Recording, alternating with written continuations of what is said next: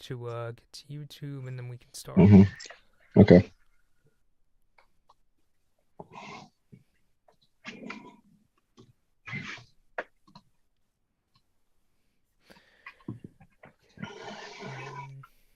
Alrighty, so can I begin? Yeah, go ahead.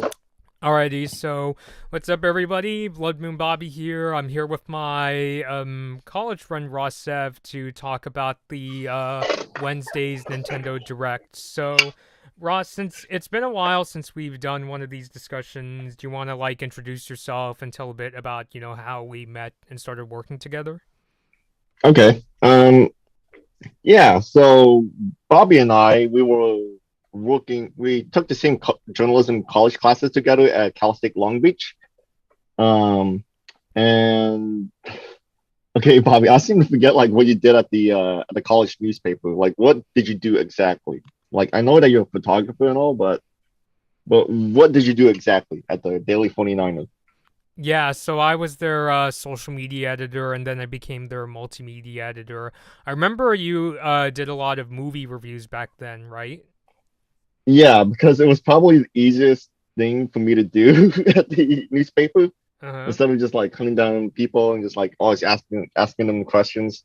I just go watch a movie every week or so and just like write down my opinions on it. I still kind of do though, like for both movies and whatever video game I'm playing right now. I just like always write down like my general thoughts. Yeah.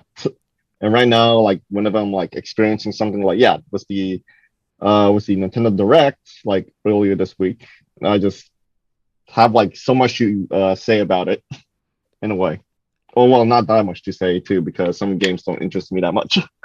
But yeah, Yeah, I see. And yeah, so that's how we first met. And actually, I remember, do you still remember when we did our first video together? Like it was right before I renamed my YouTube channel Blood Moon Bobby, or a few months I before. know we did it at the University Student Union, I think Yes. it was, and then we were like in the main area, and you're just chatting to me about like I don't know, I forgot exactly what we were talking about, but I know we made a video there, and then later like you came like I asked you like, oh, you want to do another video because I just got a Nintendo Switch and I got like this game called One Two Switch, which is like a gimmicky game made for the Switch, utilizing its like motion controls. Which yeah, you came by to like my college club that I usually go to, the Video Game Development Association. You just like recorded people playing and interviewed the people who played the game. Yeah. Yeah, oh yeah, oh my God, I almost forgot that. Yeah, I remember. Oh yeah, we worked together on a couple videos right before the Switch launch. So the first one, I think we did a Yeah. discussion right before the Switch came out, and then when it did, I went and filmed the midnight launch at my local GameStop, and I went Mhm. to, like you said, the VGDA Video Game Development Association, and I interviewed some of the students working there, and yeah, played One Two Switch. Were you there when the newspaper editors were having a really good time playing One Two Switch? Did I bring my console there to let people play it? I don't know. Yeah, I think you did. Like, I do I forgot a lot of remember. things. I remember you were there when I filmed you to talk about the Joy Cons and how the Switch works, but I don't remember if you were there when the editors were oh, this is so cool. Mhm. Yeah, I think maybe someone else brought their own Switch, but I do know, like, I think it was the other newspaper, like, neighboring to the Daily 29er. I mean, they're a bunch of nerds over there. But yeah, but yeah, I don't know exactly. I kind of forgot. Well, if I did know, then maybe I guess. But yeah, But uh, yeah, so yeah, I just wanted yeah, to let you know. I know we sort of connected like over because I remember like I remember I showed you like my 3DS and my Amiibo collection or something. And you got kind of excited over it Yeah. because yeah, 'cause I don't know how it began. I don't know, like yeah, because I brought over my 3DS because I like to play some games on it and my Amiibos because I was like huge into Amiibos that time.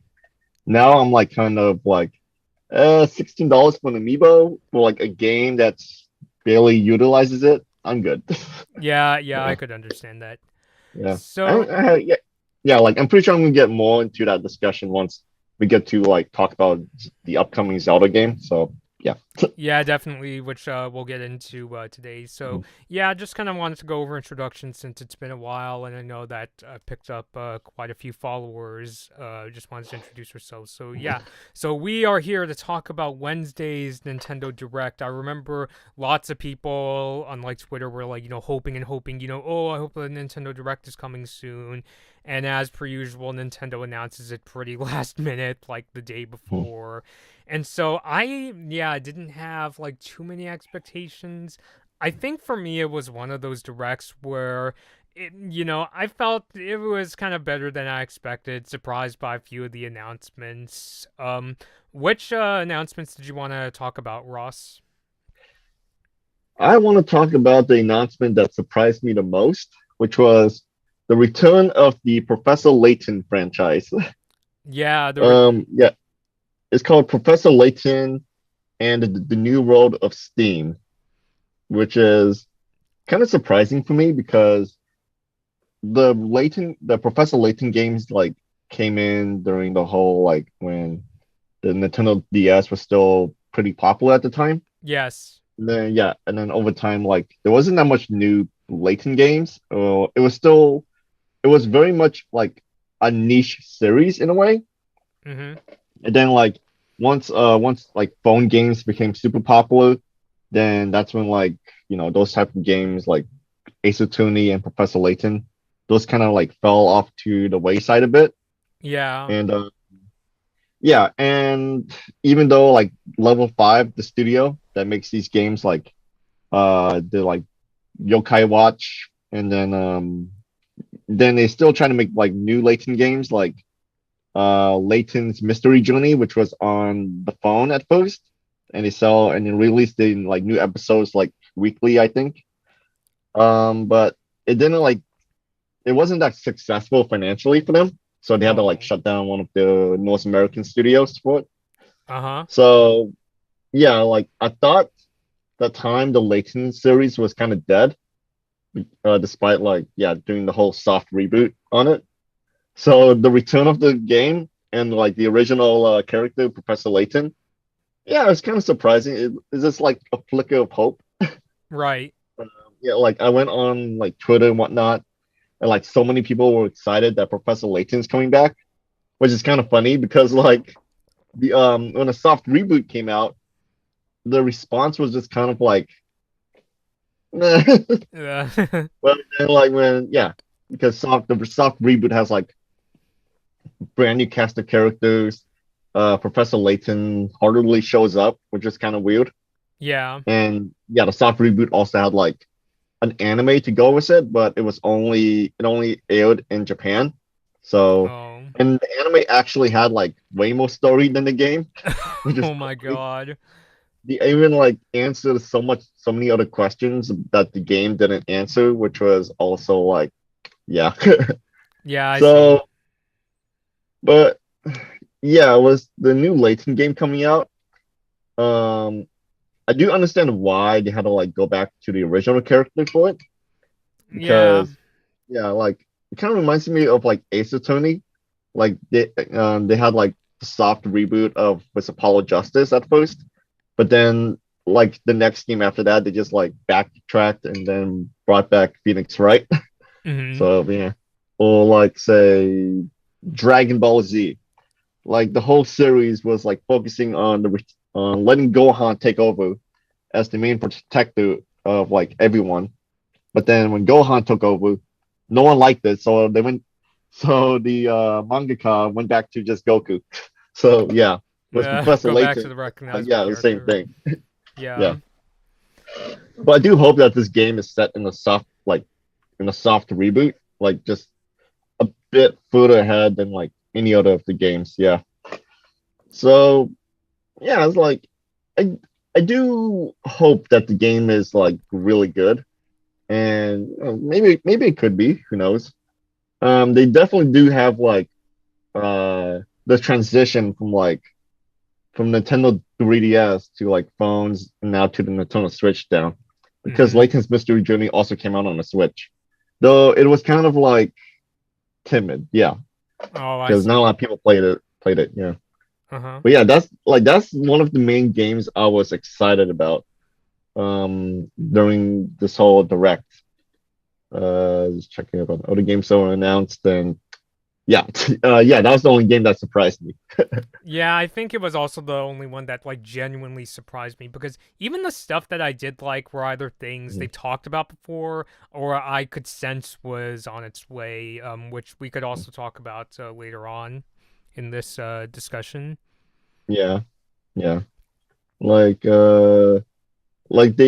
it's nice that they began the direct with just gameplay footage of Pikmin 4, Yeah, which looked like a Pikmin game. Not much to say about it. yeah, it I reminded me mean, a like lot the, of the graph. the third game. Yes, and honestly, that was like the one part of the direct that excited me the most. I mean, Mhm. did I tell you the story of like my experience of playing Pikmin 2 with my sister? No, mind telling me that? Yeah, because lately I kind of see the Pikmin games as a sort of like in a sort of Jurassic Park kind of way, in that, got this beautiful environment, but also really ferocious creatures. I mean, I think the scariest moment, and Pikmin, like, overall isn't a scary game, but it's kind of intimidating when you're playing these, like, tiny characters in a world with Mhm. these potentially huge creatures. And the scariest moment my sister and I had playing any video game was actually from the second game because are you familiar with this boss that kind of looks like a spider called the Beady Longlegs? There's a similar character in the trailer for Pikmin 4. Let's see. I'm trying to look. I'm looking at the video right now.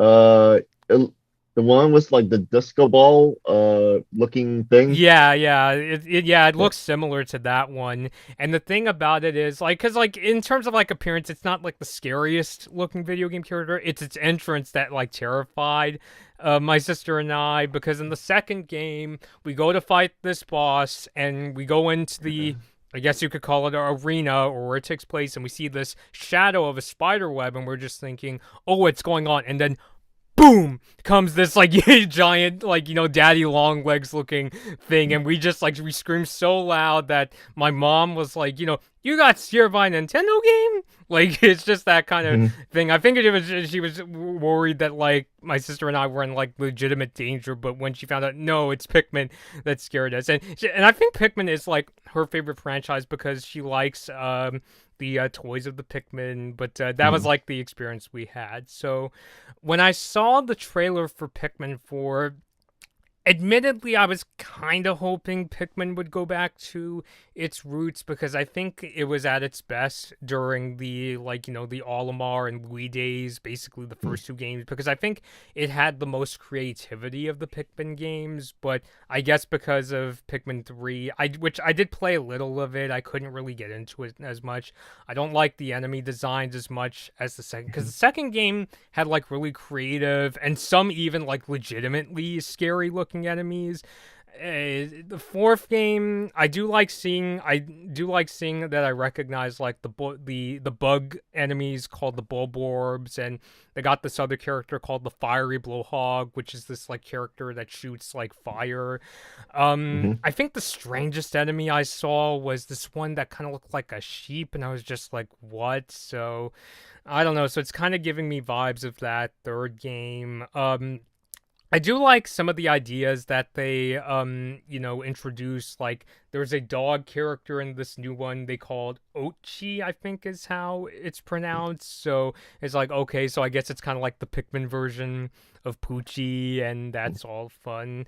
And it's not to say that I'm looking at this trailer thinking, oh, I don't want to play this game because it looks too much like Pikmin 3. It's still something I would give a chance. It's still something like I could see myself like doing a stream of when it comes out on July 21st. And I also like seeing that they've got Ice Pikmin now, which are these kind of characters that can literally freeze enemies, and when they attack them, it actually like destroys the enemy, like it, bursts into pieces. So It's got some like interesting ideas. I do kind of wish it would like kind of go back to like it could have different characters. I just wished it had like the kind of like character designs that were in the second game because I feel like that was like, Pikmin at its finest. But overall, I would still like give a chance. I'm still wondering what the heck was going on with that last enemy creature at the end of the trailer when it gets like the scary glowing eyes. I'm just wondering what happened there. Is it like, is it in like kind of rampage mode where it's even more ferocious? So I'll Oh, still give it a so that's chance. the enemy that got you curious?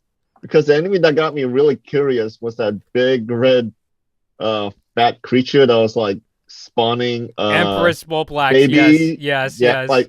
yeah, that was spawning babies out of his butt. I'm like, I was just what? like, yeah, it's in Pikmin 2 as Wait, this is well. a I still Nintendo game? remember when we fought the Empress Bulblax, we were like, oh, okay, it has larva, and we see it's like literally like, kind of pooping Like out giving these birth to babies it? Like just like, what?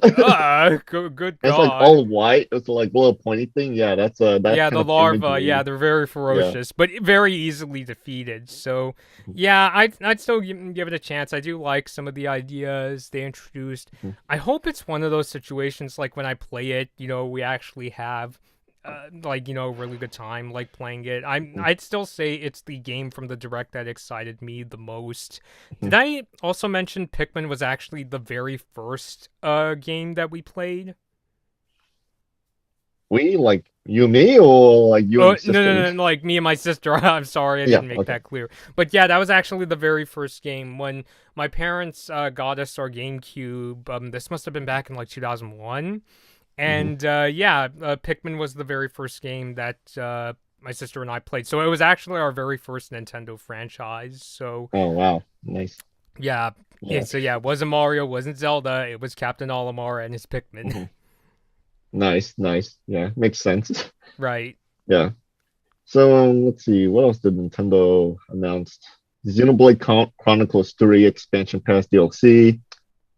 I only played the second game. I kind of like I don't know. I don't know what to think of second game. It's too anime for me. Yeah. Um, yeah. I mean, you played Xenoblade before or no?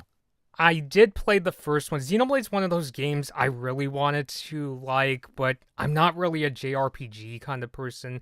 I tried Yeah. like getting into like, playing the first game as much as I can because back when the first Xenoblade came out, there was this like Mhm. whole kind of campaign to try to get this game released in North America because Mhm. at the time it was only released in Japan, Europe, and I think Australia. So there was like a whole bunch of fans that were trying to get these three games, Xenoblade, The Last Story, and Pandora's Tower, all Mhm. released in North America, and eventually all three came across the pond. So tried it. It's not my cup of tea. It's not. I don't think it's that Mhm. it's a bad game. It's just JRPG strategy and me just don't mix. I mean, Yeah, I think yeah. the only JRPG I could really get into is really the Mother and Earthbound games just because of how but even then it's from more of a story perspective just because of how Mhm. like, emotional and like, deep and symbolic the story of the three Mother and Earthbound games get. Like that's I think that's why. So I mean, for people out there, if you're watching this, if you're excited, that's really awesome. If you're gonna have a good time with this, I think that's cool. It's just, yeah, I don't know if I'm gonna get back into Xenoblade anytime soon, to be honest. Yeah, there's no like dedicated fan base with three, and I'm like, yeah. Like whenever I see discussions about it, I'm like, yeah, okay. I don't know what to say about it. Yeah. I've only played like Xenoblade Chronicles 2's like the prequel game, which was like a way smaller experience. Mm-hmm. What helped with that game was like it felt a bit more serious and it was like a way shorter experience with it. Mm-hmm. And also like I found out that I can like go through battles by just pressing on auto battle and just wait until I win. Yeah. which is like a godsend with these turn-based RPGs because man, like I am so like or not really lazy, but more like not interested in turn-based games at all. I Like see. Pokemon, I got Pokemon Arceus, I got Pokemon Scarlet. and Pokemon Brilliant Diamond, and I have Uh-huh. yet to finish any of them because like I get like kind of really disinterested in like turn-based games. I But the see. only turn-based game I got like I bought it to actually finish within like the past 5 years was Yakuza Like a Dragon Right, because that right. game was like that game has like so much other stuff to do to like to Yeah, and yeah it's so much other stuff to why. do in Nintendo. Yeah, and honestly, it's why I could see myself like trying to get into the Yakuza games because Hmm. I don't know, like I think that's it. It's the interactivity, and it's not like Pokemon style. I get into the combat style more of those games. Like I have the first game because I had PlayStation Plus, and it's one of those games I hope I can get back to one of these days. So that's another example of like turn based that I could see myself like getting into. To be Yeah, and if honest. you don't like, and if you want to get a break from all the turn-based stuff in Yakuza like in Dragon, you can just like go sing karaoke or go like on a Pac-Man sort of mini game collecting trash, or Yeah. go do like a real estate mini game Real and a estate. financial investors mini game. Yeah, Uh-huh. but yeah, Pokemon and Xenoblade does not have those, which yeah, kind of Nope. sucks. But oh well. Yeah. Let's They're move they're on. kind of trying like to do that with Yeah. Pokemon. Not the stuff in Yakuza, but in terms of like other things Mhm. to do like with food, but I don't know. I mean, yeah, I don't know. Like Pokemon again, for those watching if you're into this, that's awesome. It's just unfortunately, yeah, it's not my cup of tea. But anyway, what did you want to talk about next? All right, so let's talk about the next announcement and see your thoughts on it. Samba de Amigo Party Central. Samba Dance Yeah, Friend. that's a game that like I'm thinking of trying out. I remember when I was Mhm. watching did you ever watch that show Icons from G4? Icons. Is that about like where they cover studios or like specific people or something or what? Like It's a I never sh- watched people. I didn't have cable back then. uh, well, it's a show that it covers video game history. It's kind of like Oh, okay. Dateline NBC but for video games essentially. And I remember when they covered the Sega Dreamcast, they showed the Samba de Amigo game that was on it. I was like, "Ooh, I'd like to try that out." So it's a game that like I'm considering trying because I do like these kind of like music party games. Mhm. In one of my most recent streams, my sister played. What was that game called? I think it's called like Taiko no Tatsujin, if I remember that. Have you ever heard of that game? Is that the one with like the bongos? Like they also have arcades too or something? Yeah, yeah, yeah. The difference is that it's taiko drums, but something Oh like yeah, that. yeah, If type. it's if Samba de Amigo is something like a taiko no tatsujin, then it's something that I would like to try out myself. Like You know maybe what I even do a miss? stream. Like you know what I miss from like all these type of rhythm games What? is that like you remember that period where all these like rhythm games were just coming out with like plastic peripherals like rock like it started with like I think maybe Guitar Hero or even like way back with shooters, but yeah, for rhythm games in general, Yeah, like Nintendo, they had like the Donkey Kong bongo stuff. Donkey Konga. Yes. And I don't know if Samba had like something like that too, like comes with something plastic. But Yeah, I don't yeah, know it's myself. kind of like because they show in the gameplay video, like you just move your Joy Cons like in a specific direction, and time was like the beat, or time was like the rings hitting the other ring.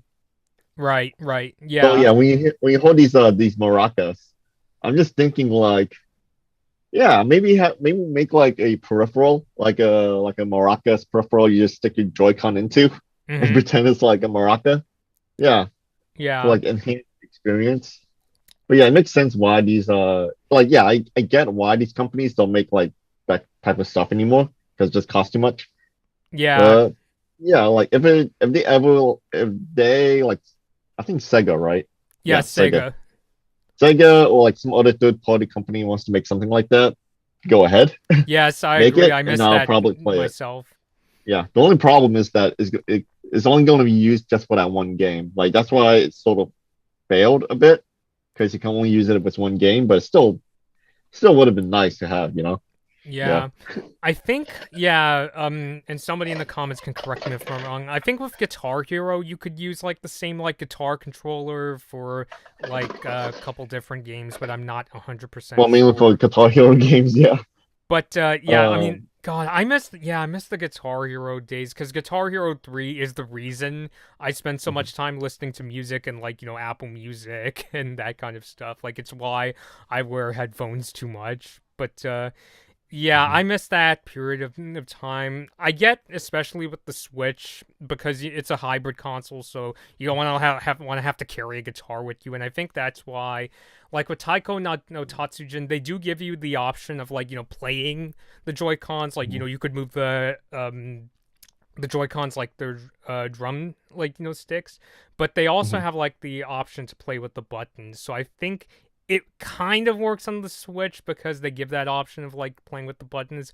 Guitar Hero, I remember the third game they also gave the option of just using the regular Wii remote to play, but it's like really complicated and like difficult to learn that Mhm. way. But yeah, that's a kind of genre of games that I really miss myself. I mean, if they ever made like another Guitar Hero game and put it on Switch, I would gladly do a stream of it because I really love those kind of games too. They have made a Guitar Hero game, but it was like a standalone. I think it only came out.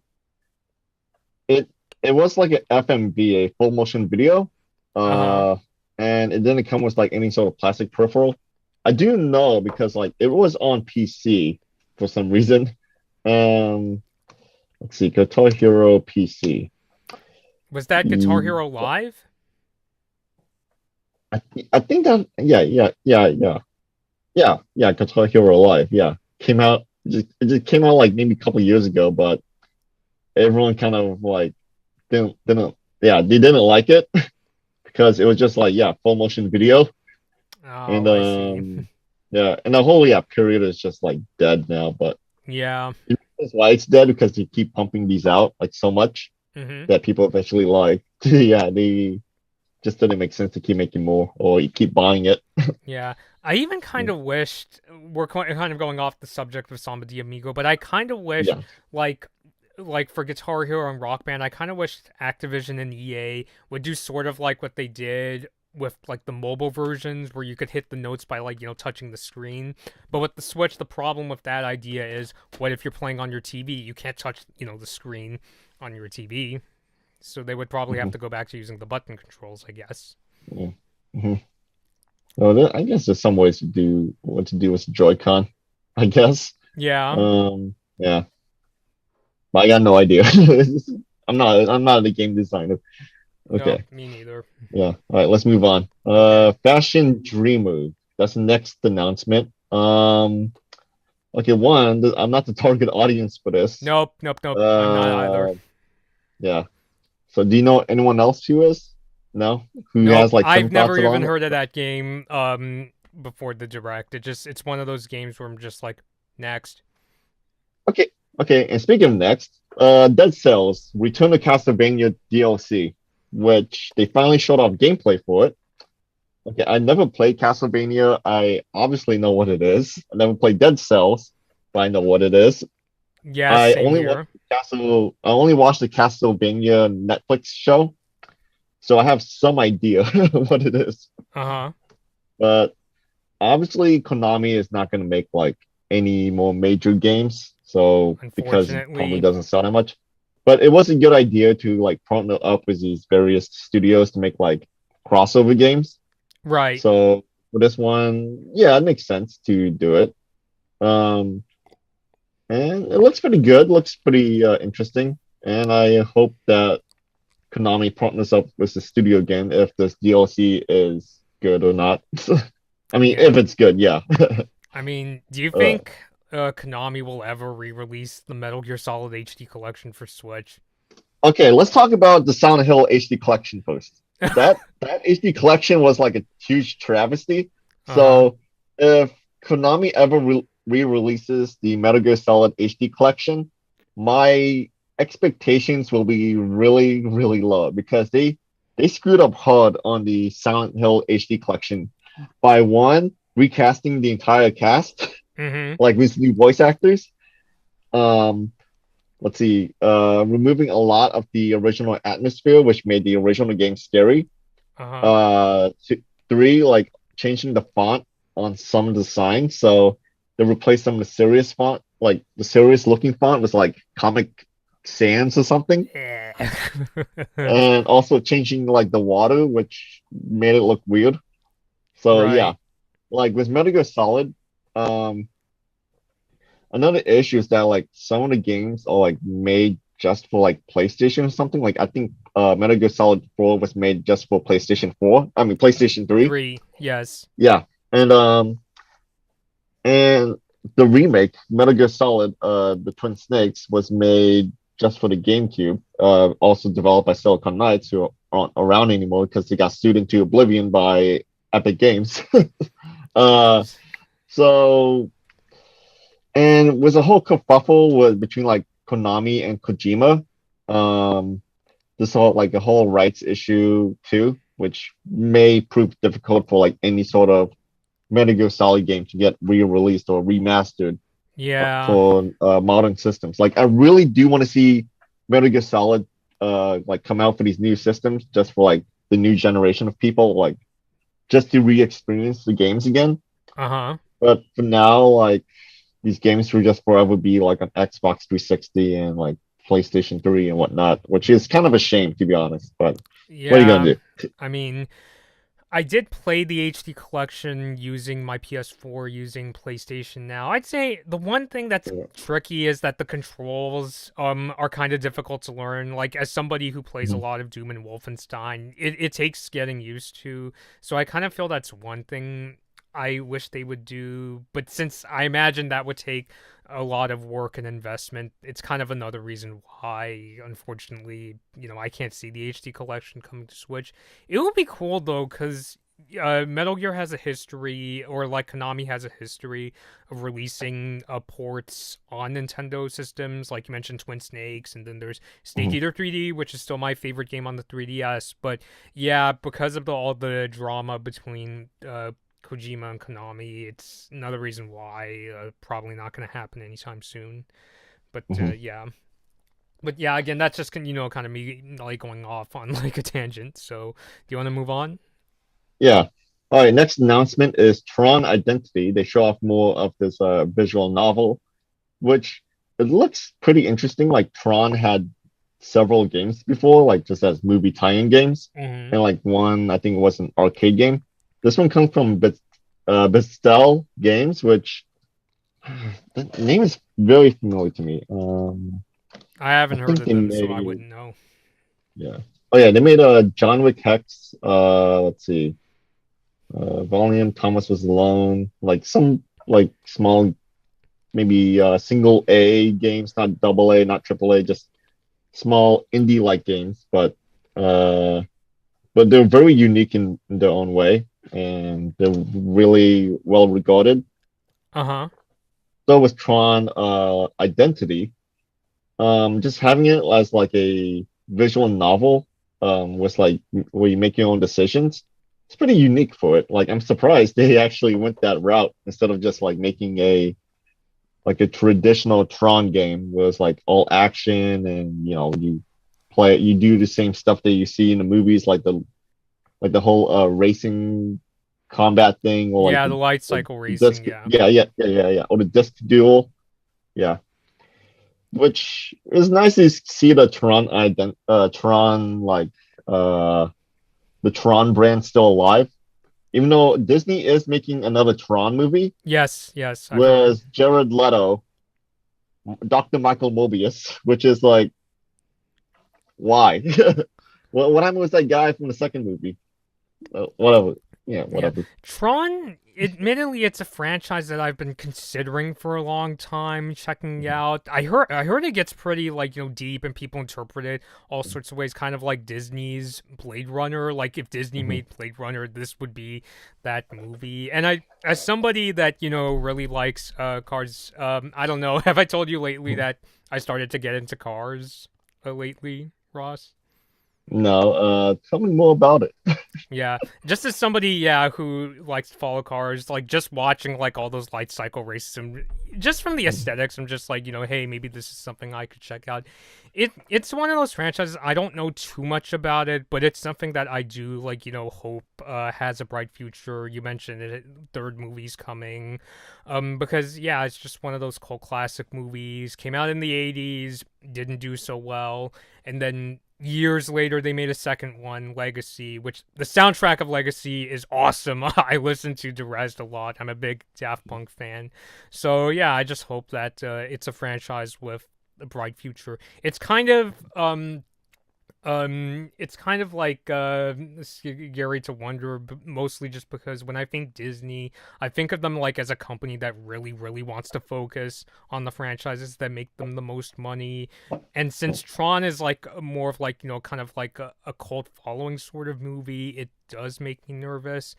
But I don't know. I don't want to like make promises that I'm gonna watch the movies because I don't know if I'm gonna have like the time to like watch and review them. But it's a franchise that I remain hopeful for. Yeah.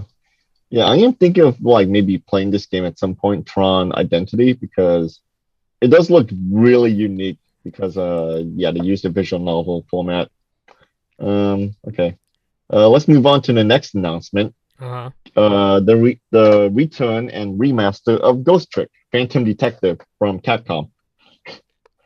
I Oh. never played it before. I do know what it is because I think someone who worked on Ace Attorney has worked on this game. Uh huh. And yeah, like I heard some good things about it. It's like a cult classic of a game in a way because you essentially play as like a phantom detective who died, and you have to like um protect your assistant, I think, from like all this crazy stuff happening around it. Uh So it's huh. essentially sort of like a puzzle game in a way. Kind of like a Ace Attorney too. I see. Yeah. But yeah, I've heard some good things. And thankfully it is coming yeah, thankfully it is coming back to like modern systems. Like maybe it's coming to other consoles or just a Switch exclusive, who knows. But Yeah, yeah, I'm not sure. yeah, it's keeping tradition with like Capcom bringing back like some of the Nintendo DS and 3DS games to the Switch. Uh huh. Well, Ace Attorney got onto the Switch, which was nice. And yeah, I like to see more of this game, or I like to experience it for myself. But have Right. you ever played this game before, or no? No, Ghost Trick is one of those franchises I've heard of, but don't Okay, know too much about. okay. So you want to move on to the next announcement? Yeah. Okay. The next announcement: Deca Police. Two rogues, one suspenseful thriller. Mm-hmm. It's an open world, which and an anime cartoon style, which looks pretty unique. But Yeah. otherwise, yeah, there's like, oh god, it's turn-based combat. Okay, want to move on? Yeah, yeah. Okay, What I'll say about that game is like when I watched the trailer, I was like, oh, this is pretty cool. But then when I saw it was turn based, I was like, oh no, another game that I'd probably yeah. struggle a lot with. And like I said, just yeah, I can't wrap my head around like turn based. I'm just too dumb to figure Oh, it it out. comes from level 5. That's the Layton studio. Okay, that Yes, makes sense. yes, Okay. Yeah. If it was an action RPG, kind of like the modern Final Fantasy games, then yeah. But this one, yeah. good. Okay. The next announcement. The continuation of Bayonetta Origins, Cereza and the Lost Demon. Um. Okay, when this game was announced at the Game Awards, I think it looked pretty unique, albeit kind of weird to do. Right. Yeah. Like I heard that Bayonetta 3 like it became the most selling of the 3D games for the Nintendo Switch. Yeah, I heard it just So hit 1 million units. yeah, I yeah, think. like way more Yeah. than like than any of the other games, which was pretty nice. Yeah. So for this game, um I don't know what to make of it. Yeah, I Oh, it's don't coming. know. I mean, But Bayonetta, yeah, I played the demo of the second game and I thought that was pretty cool. feel like Platinum games. Those are the kind of games that are more up my alley. These kind of like hack Mhm. and slash style games. Like that's Yeah, I'm more into something like that. I don't know about the one that's coming out. The one you were talking about. the what? The game you were just talking about. The one they showed at the direct. Oh Because yeah, like yeah, yeah. I'm saying I have like similar opinion as you in that I don't know what to think of it. Well, the likes of like say Platinum's like Bayonetta 3 helps like you make a lot of money. Bayonetta Origins and like smaller games that Platinum makes helps to like fund their coffee machine or something. I don't know. It's like Yeah, I feel yeah. it's definitely lower budget, of course, Yeah. but it does look unique in a way. But I don't know how long it's gonna be though. Maybe like be short. I hope it's not I like hope too not. expensive. Yeah. Yeah. All right, yeah, okay, what's next? Okay, Bobby. So you play Splatoon, right? No, my sister used to play Splatoon. Okay, so tell me her reaction to the expansion pass DLC. Well, there isn't much, mostly just because after she hasn't played any of the Splatoon games after the first one because she said that Okay. the online multiplayer, like the players started to get unfair basically or really difficult. So, Mhm. yeah, but go on ahead, Ross. Okay, so I never played Splatoon, but I saw the reactions online, and a lot of people were excited that the um the first town, the first like hub, from like the first game is coming back for the DLC. Yes, I saw that. Yeah, in the Yeah, direct. which yeah, I never played any of the games, so I had like no idea what some people like excited about. I But mean, yeah, it looks pretty interesting. Like, and even though it's a bit like my first thought was, oh, so they're bringing the first hub back. So this is pretty much like I think it uses the same engine or something. So it's like an easy like porting all the assets to Splatoon 3, just paying like just for the return of like old stuff. But yeah, whatever. yeah. I mean, I hope. So Yeah, it's a bit. There are some new things about it too. yeah, yeah. I hope to see like some more like new stuff for it. Which speaking of which, Wave 2 Side Order, which has a really unique art style. I read what people are saying online. They were excited to like see more story with Splatoon, especially with like a story focusing on one character, which I have no idea who that character is. I don't know any of the names. But I Yeah, do me know, neither. like, yeah, they've been talking about, like, oh, yeah, it's going to focus on this character because she's a fan favorite. I'm I like, see. okay, yeah, got it. But it's nice that they have, like, a DLC just dedicated to, like, one is dedicated to multiplayer, second one dedicated to single player. Perfect. Right. That I see. way they go about DLC for that DLC. Enough said. Yeah. Okay, so you want to move on? Yeah. Okay, Disney Illusion Island. Let's see this gameplay. Looks pretty simple. Like I worked on something sort of similar in the VGDA, Oh like yeah. one with like well not really side scroller, but like just pretty much like the way people handle the art. And this one like the way it's just like pretty much dedicated drawn art style, like a cartoon in a way. Uh huh. So this one looks it looks pretty good, albeit I don't want to be rude, but it just looks really cheap to me.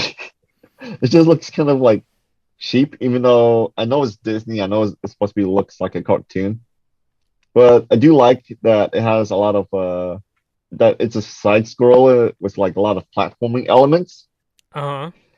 Yeah, but and it looks really challenging too, with like a lot of like hazards and bosses and whatnot, while also looking like just like a traditional cartoon in a way. So Mm-hmm. yeah, I'm keeping my eye on this one. So, but yeah, what do you think of it? Didn't really, honestly, didn't really think much of it, to be honest. Okay, got it. Let's move on. Yeah.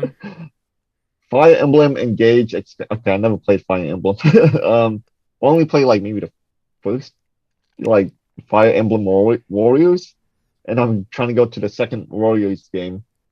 So, but for these like turn-based RPG tactics games, nah, I'm good. Yeah. Looks way too cheap to me. Um, it has like some like fellow Xenologue unlocked. So is this like a epilogue to the game or something? Huh. I'm not sure. Engage, yeah. I don't see like a lot of discussion around it. All right, let's move on to Harmony, the Fall of Revere. Revere? Reverie? I don't know. I wouldn't know. Uh, yeah. Let's see. Visual novel, skill trees. Um, I mean, the game's art direction looks pretty good. I I might say. Hmm. And just it's from Don't Nod, the studio that made the Life is Strange series. Uh, hmm. Yeah, it Huh, makes no. sense. The story focused game was like supernatural elements to it. Yeah, no. So Yeah, yeah, that's hope probably to see why it more. gave me Life is Strange vibes. I haven't played it, but I know a cosplayer that I'm thinking of who really likes the franchise. Mhm. Yeah, and yeah, me too. I like the Life is Strange franchise too, though. I still need to play the second game. Uh-huh. Let's see. Okay, let's see what else they have. Octopath Traveler 2, turn-based. No. Next. We love Katamari. Have you ever played that franchise? Once I played a demo of the game they released on Switch. It's another one of the games on the direct that technically I don't have much to say, but I do want to try. I did play. I forgot which the Katamari games I played previously, but I thought it was like so cool. This idea of you're literally just like rolling around, picking up whatever you see, Like and trash one, yeah. yeah, and I remember my sister was playing one of the Katamari games and got to the game over screen, and it was like this weird thing. It didn't just say game over, try again. It was just this whole thing where I think it was like one of the characters was like mad, but in a comedic way that things got screwed up and that kind of stuff. So it's a game that I've considered picking up, mostly just because I think it's like really fun and goofy. hmm Yeah, and yeah, good thing there was a game trial coming up for Katamari, coming up in 10 days from now. So, well, only if you have like a Nintendo Switch Online membership, Uh-huh. which, okay, I guess. Yeah, is Yeah. it for Yeah, I want to try that. Hmm? yeah, is it for this We Love Katamari game or is it for a different one? Because in the direct they said it was for a It's the one that Katamari they like Damacy announced. Yeah, reroll. yeah. It's We Love Katamari Reroll. I think reroll means like it's a remaster or something. Yeah, they're because you're rolling and like picking up stuff, so it's sort of play on words. Okay, yeah. Okay. Yeah. I can't wait to try it out. Like maybe next week or so, or like in 10 days. Yeah. Okay. Next one. Um, Sea of Stars, turn-based. Next, Omega Strikers. Omega Strikers looks like one of those what's it called? You know, one of those games was like you see at arcades where one of those disc games. We have like hit the disc into the goal and you play against another person. You know what I mean, right? Or like yeah, it's like one of those games. I think it's on PC already. So this one's just the Switch port. I see. Yeah, looks interesting, but not my thing. Same here. Okay, next. Another anime game. Okay. Uh, huh. So you play in first person, and I think I'm getting like Persona Q. Yeah, Persona Q like vibes from this type of game. And it looks like you make your own dungeons from it, which and it has like turn-based stuff. Which okay, next. Uh-huh. Advanced Wars 1 and 2 Reboot Camp. So pretty much I think a remaster or remake. It's coming out April 21st. You ever played Advance Wars? I don't think I could figure those games out. When I first heard of the franchises, I thought it was going to Mhm. be like one of those games where you drive a tank but and like shoot down enemies, but I heard it's more of like a tactical kind of game. And as I've been saying throughout this stream, if it involves tactics or really complicated strategy, I can't figure it out. Mhm. All right, then let's move on to the next one. Mhm. This one maybe you might talk about, but I never played any of these games. Kirby's Return to Dreamland Deluxe Edition. Yes. What about it, Bobby? Yeah, so so I'm kind of ashamed to admit this, but I barely played the original Return to Dreamland. I think it first came out on the Wii. It's one of those games they re-released for the Wii U for the Virtual Console, but Mhm. didn't really play it much because I didn't really play my Wii U all that much. So the fact they're bringing this game back and there's going to be this whole new epilogue with the character Megalore, I think is how you say his name, where you're in this epilogue, he starts off with really basic attacks, and the whole idea is you collect these magic points in order to give him new skills. So I feel like even if that wasn't in the game, I would still pick up this game mostly just because I barely even touched Return to Dreamland when it first came out on the Wii. So, and it's a game I'm considering streaming. If anything, it's probably the first new Switch game I'm thinking of getting this year. Oh, this one they announced is available after you clear story mode, Yes, yes, the which, Megalore huh. epilogue. Yeah, you have to beat the story mode to play it. Right. So is this like a DLC or just coming with like the so pretty much the entire game is a remaster, right? Like a re-release? Yes, yes. Right. So So yeah, this one, yeah, it's new content essentially, which okay, yeah, that's pretty cool. yeah, I give it. Demo Yeah, I give. available. Yeah, Yeah, Nintendo credit. They're not just like saying, "Oh, here you go, copy and paste. Here's your, Kirby Return to Dreamland." yeah. They are putting some new stuff in, and comes out February 24th. Pre-order now. Is it possible to download the demo like right now? Uh, badly worded Yeah, note. yeah. Okay, Yeah, cool. they announced that like the demo will be available after the today's direct. Mm-hmm. Which okay, yeah, that's pretty cool. Okay. Now Yeah. here comes So the yeah. yeah. So No, I no, was yeah. just gonna say that after this discussion is over, I think I'll download it and try it out. Yeah. So here comes the next big or the second big topic, besides Zelda. Um, Game Boy and Game Boy Advance games coming to Nintendo Switch Online, Yep. which cool. I think, like I said before, if you treat the Nintendo Switch Online as like a Xbox Game Pass, it'll be very, very interesting. And it's fine if like, to re-release these games for the new generation of like kids and whatnot.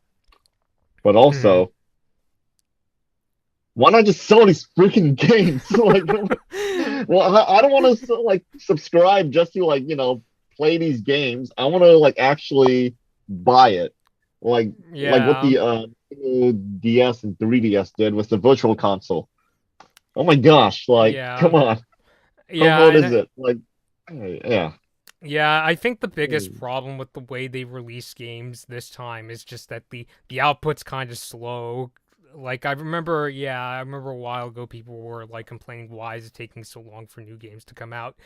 But Mhm, yeah, I'll be honest, this was also like another genuine surprise. I mean, I guess it's not like super surprising because I've heard like some people say, hey, wouldn't it be cool if Game Boy games came to Nintendo Switch Online? mhm, But yeah, actually, yeah, this announcement was pretty exciting for me.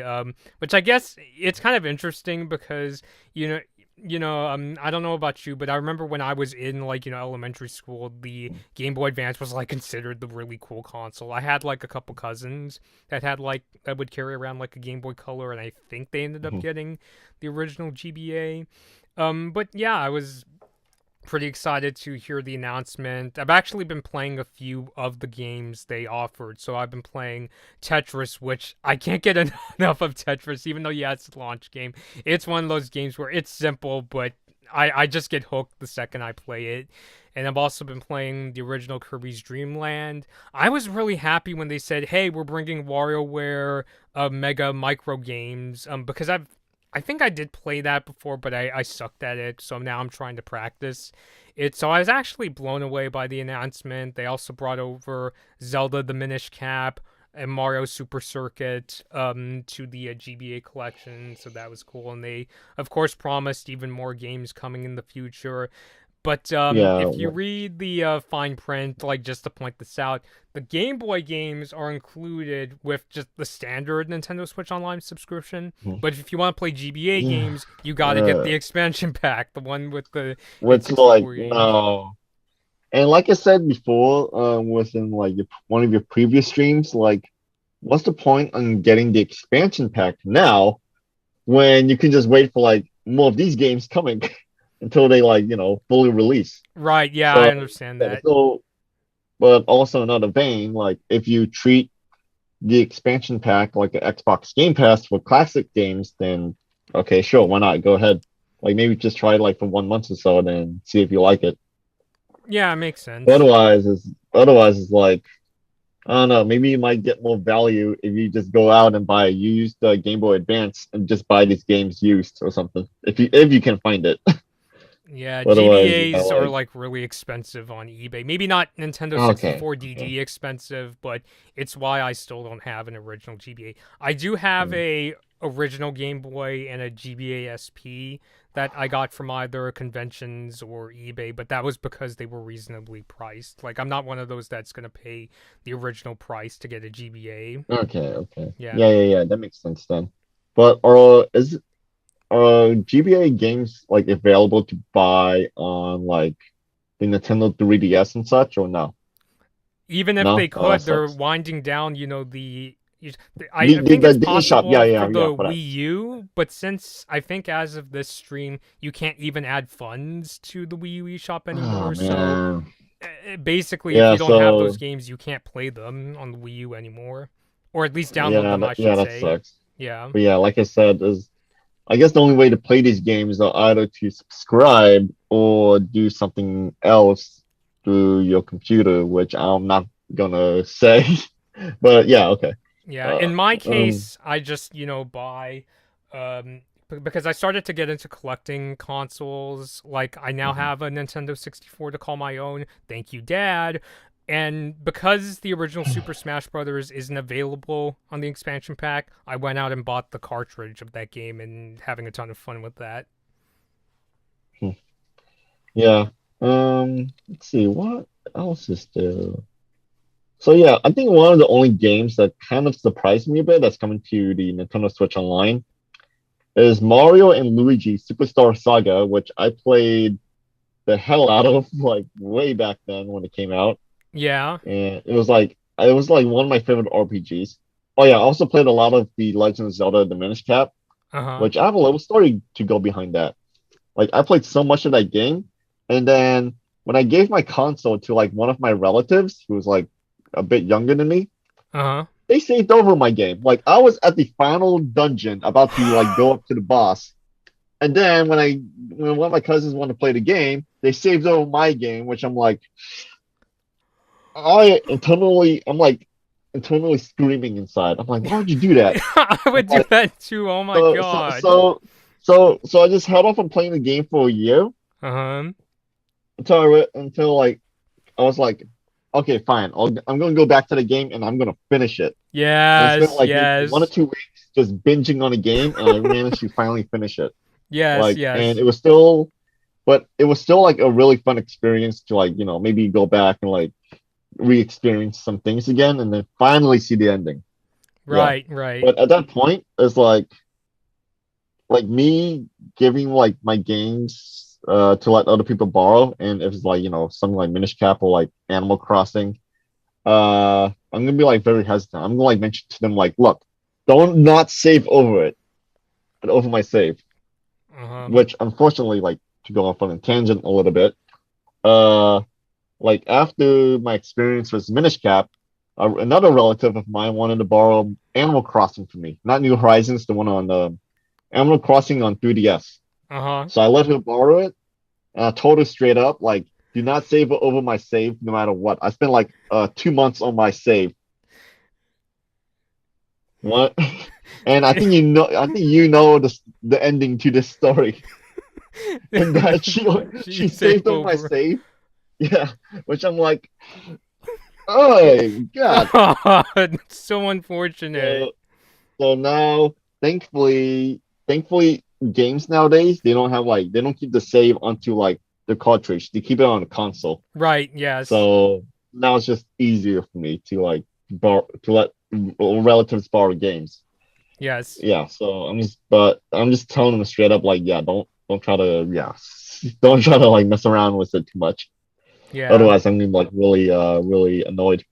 But yeah, Hmm. okay. Anyways, so yeah, Minish Cap, I'm excited about that, though I'm not gonna play it again because I already went through it twice. Oh Uh, God. okay, let's see. Metroid Fusion, Kirby Amazing Mirror, Fire Emblem, F-Zero, which I'm surprised Nintendo still thinks about that franchise, They need and to make a Golden. new one. I heard a rumor they were gonna. There was like a rumor that they were gonna team up with Criterion Games, who's one of the Need for Speed developers. Which that rumor never came true, but I thought, oh, that would have been so cool. It wouldn't surprise me because Nintendo. I was surprised when Nintendo partnered up with like Ubisoft to do that Rabbids and Mario game, which I still need to play the second one. Um, but yeah, like it wouldn't surprise me if EA did like a Nintendo exclusive game again. Hmm. Which yeah, it would be nice to like see and let them do. Yeah. But otherwise, I'm content with Nintendo just like not thinking much about F-Zero or something because the main racing game is just Mario Kart. Like they're gonna milk that Mario Kart forever Yeah, because like yeah, yeah, just now they in the direct they announced like more DLC, like the next DLC for it too, the yeah. Yoshi's They did. Island theme. Yes. Yeah, and oh my gosh, it looks so like awesome. Yoshi's Island, like Yeah, just the yeah. I entire liked it track, just too. like based around it, Hmm. and it's actually new track too. Like that is so nice. And they're actually like giving people a new racer too, Bodo. Yeah, Birdo is in the next wave of the Mario Kart DLC. Yeah. So I think that's just it, right? Just only one new track and one new character, At least from which what they announced, because yeah, with the Mario Kart DLC, usually when they release a new wave, they bring out like a whole handful of courses. So they might be doing, I yeah, think they're doing the thing where it's like, we'll tell you about one course and one character, but we'll tell you about the rest another day when we can like yeah. fully dedicate a Out trailer to talking about this next wave. yeah, makes sense. Out of that, or they've been the newish tracks have usually been re-releases from like the other Mario Kart games, so it's just easier for them to like, design, I guess. Yeah. Like, oh yeah, let's just bring over the art assets in the track and just balance a Yes. little bit for like the new power-ups and speed and whatnot. But for this one is entirely new, so more work has been put into it than like anything else. So Yeah, I see yeah, what you I'm mean. fine. I'm totally okay with that if it's just one new track. Like I know some people might not be, but yeah, what are you gonna I do? hope they release more. And by the way, to kind of go off of what you were saying about racing games, one Mhm. Nintendo franchise I really wish they would bring back. I think this is easily the most underrated Nintendo franchise is the Excite games. Like, do you know what I'm talking about, Ross? The Excite Bike and Excite Bike, such. Excite Truck. I even said on Twitter, I think it would be cool if someday if Nintendo teamed up with Bandai Namco because they've worked with like Namco in the past and they made Mhm. some kind of game that brought together like Ridge Racer and like Excite Truck. Like maybe they could focus on like sports cars this time. So that's just like something I really wish they would do, and I feel like that's an idea that because that I could see working in a more likely sort of way compared to the Criterion idea because they've worked with Namco many times in the Mhm. past on like F-Zero, Super Smash Brothers. So yeah, it's like hey, my two favorite game publishers coming together again. That would be awesome. Yeah. Let's see what's next. Metroid Prime Remastered, which yeah, you have anything to say about that? Because I'm not really big into Metroid. Hmm. I do know that the Metroid Prime series is like very well. regarded, and it's Yes. nice that they remastering the first game because Mm-hmm. I saw like comparison shots of like between a GameCube game and remaster, and it looks almost like a remake in a way, but of course take has like a lot of the old code, I guess, and a lot of the old designs, and just Mm-hmm. like upping the graphics and visuals, which it's okay, yeah. Yeah. So for this one, it's yeah, it's pretty cool that they're doing it, like to get people prepared and pumped for the fourth game. When that ever comes out. Yeah, if 'Cause- it ever comes out. Like I yeah. can't believe they what did they have to reboot the fourth game like twice or something? Like I heard they had the to start development, what are they over and doing? like, Yeah, have Retro Studios work on it. man, Retro Studios. So like, oh man, that like I read up on the history of Retro Studios, Uh-huh. especially like the founder or something who like used the money that Nintendo gave him and like funded his own adult oriented website, Jesus which oh my Christ. yeah. And then when he got kicked out by Nintendo, he went on to make the Guy game, which yeah, yikes. Yeah. But yeah, that was the founder of Retro Studios, I think, or if I recall. Like, I yeah, I watched it. I watched like the history of Metroid Prime on like this guy's YouTube channel called What Happened, like this whole YouTube series about like how he covers like the various developments of like various games. Like Mm-hmm. some games that end up like being bad, or some like end up closing the studio, or some like end up like being good, but have like a lot of history behind it. Yeah. Right. So for Metroid Prime, like yeah, there's a lot of history behind just the Retro Studios trying to make Metroid Prime, and thankfully it came out like really good and reinvigorated the series. So Mm-hmm. it's nice that they remastering the game for the new audience, and especially for the old audience who grew up with it. But yeah, for me, I never played it. It's like because I don't know, I was still big into shooters, Mm-hmm. but Metroid Prime, I don't know, it doesn't look like a good enough shooter to me. But maybe I'll give it a shot because it's now available on digital. So yeah, Yeah. And yeah, I actually played the beginning of Metroid Prime because I have the trilogy for Wii, which I want to yeah, say like I want to ask you a question regarding the trilogy, but I'll get for my opinion on Metroid Prime Remastered. But yeah. yeah, I was also really happy that they're finally bringing this to Switch because there have been rumors for a long time. Maybe the trilogy will come back to Switch someday to get people excited for the fourth game. So I did play the beginning of the first game years ago. I have it for a Wii U. And yeah, I had a pretty good experience. The vibe I get from Metroid Prime, it's not like a game like Doom or Wolfenstein where you just go around shooting up enemies. With Metroid, you have to have kind of a sort of like it has that kind of like Zelda like puzzle like kind of thing Mhm. where it's like it's not a straightforward like kind of mindless shooter. You really have to like think to figure out what to do because I remember it was one of those games where I had to spend a lot of time figuring out where do I go next and that kind of stuff, which Doom and Wolfenstein 2 can kind of be like that, but Mhm. it has a different vibe with Metroid. The only reason I didn't finish Metroid Prime like my Wii U was just because it's one of those Wii games I don't like, having to wave the Wii remote around. There are some games for the original Wii that I really get into the motion controls, like Wii Sports and what's the other one I'm thinking about? WarioWare, Smooth Moves, which my family really likes. But Metroid Prime is just it's one of those games I just want to like sit back and use the conventional controls, which is possible with this remaster. And I like how they said they're giving multiple control options, so both for those who want to play it the original way and also those like me who are looking for something more modernized. So Mhm. it's a game that I think I will go download after the stream. I mean, I said earlier that Kirby was going to be the first one I purchased, but I think Metroid would actually, because that one is I could download right now. They said that the retail version is coming later down the line, February Like in 22nd. yeah, February 22nd. Yeah, Yeah, but and digital version is Yeah. Yeah, but the question I wanted to ask you is that is there some kind of technical reason why they can't bring more GameCube games to Switch? Is it like I heard a story like for sixth generation games, for some of the games they lost like the source code, so it's technically impossible. Like, have you ever heard of a story like that?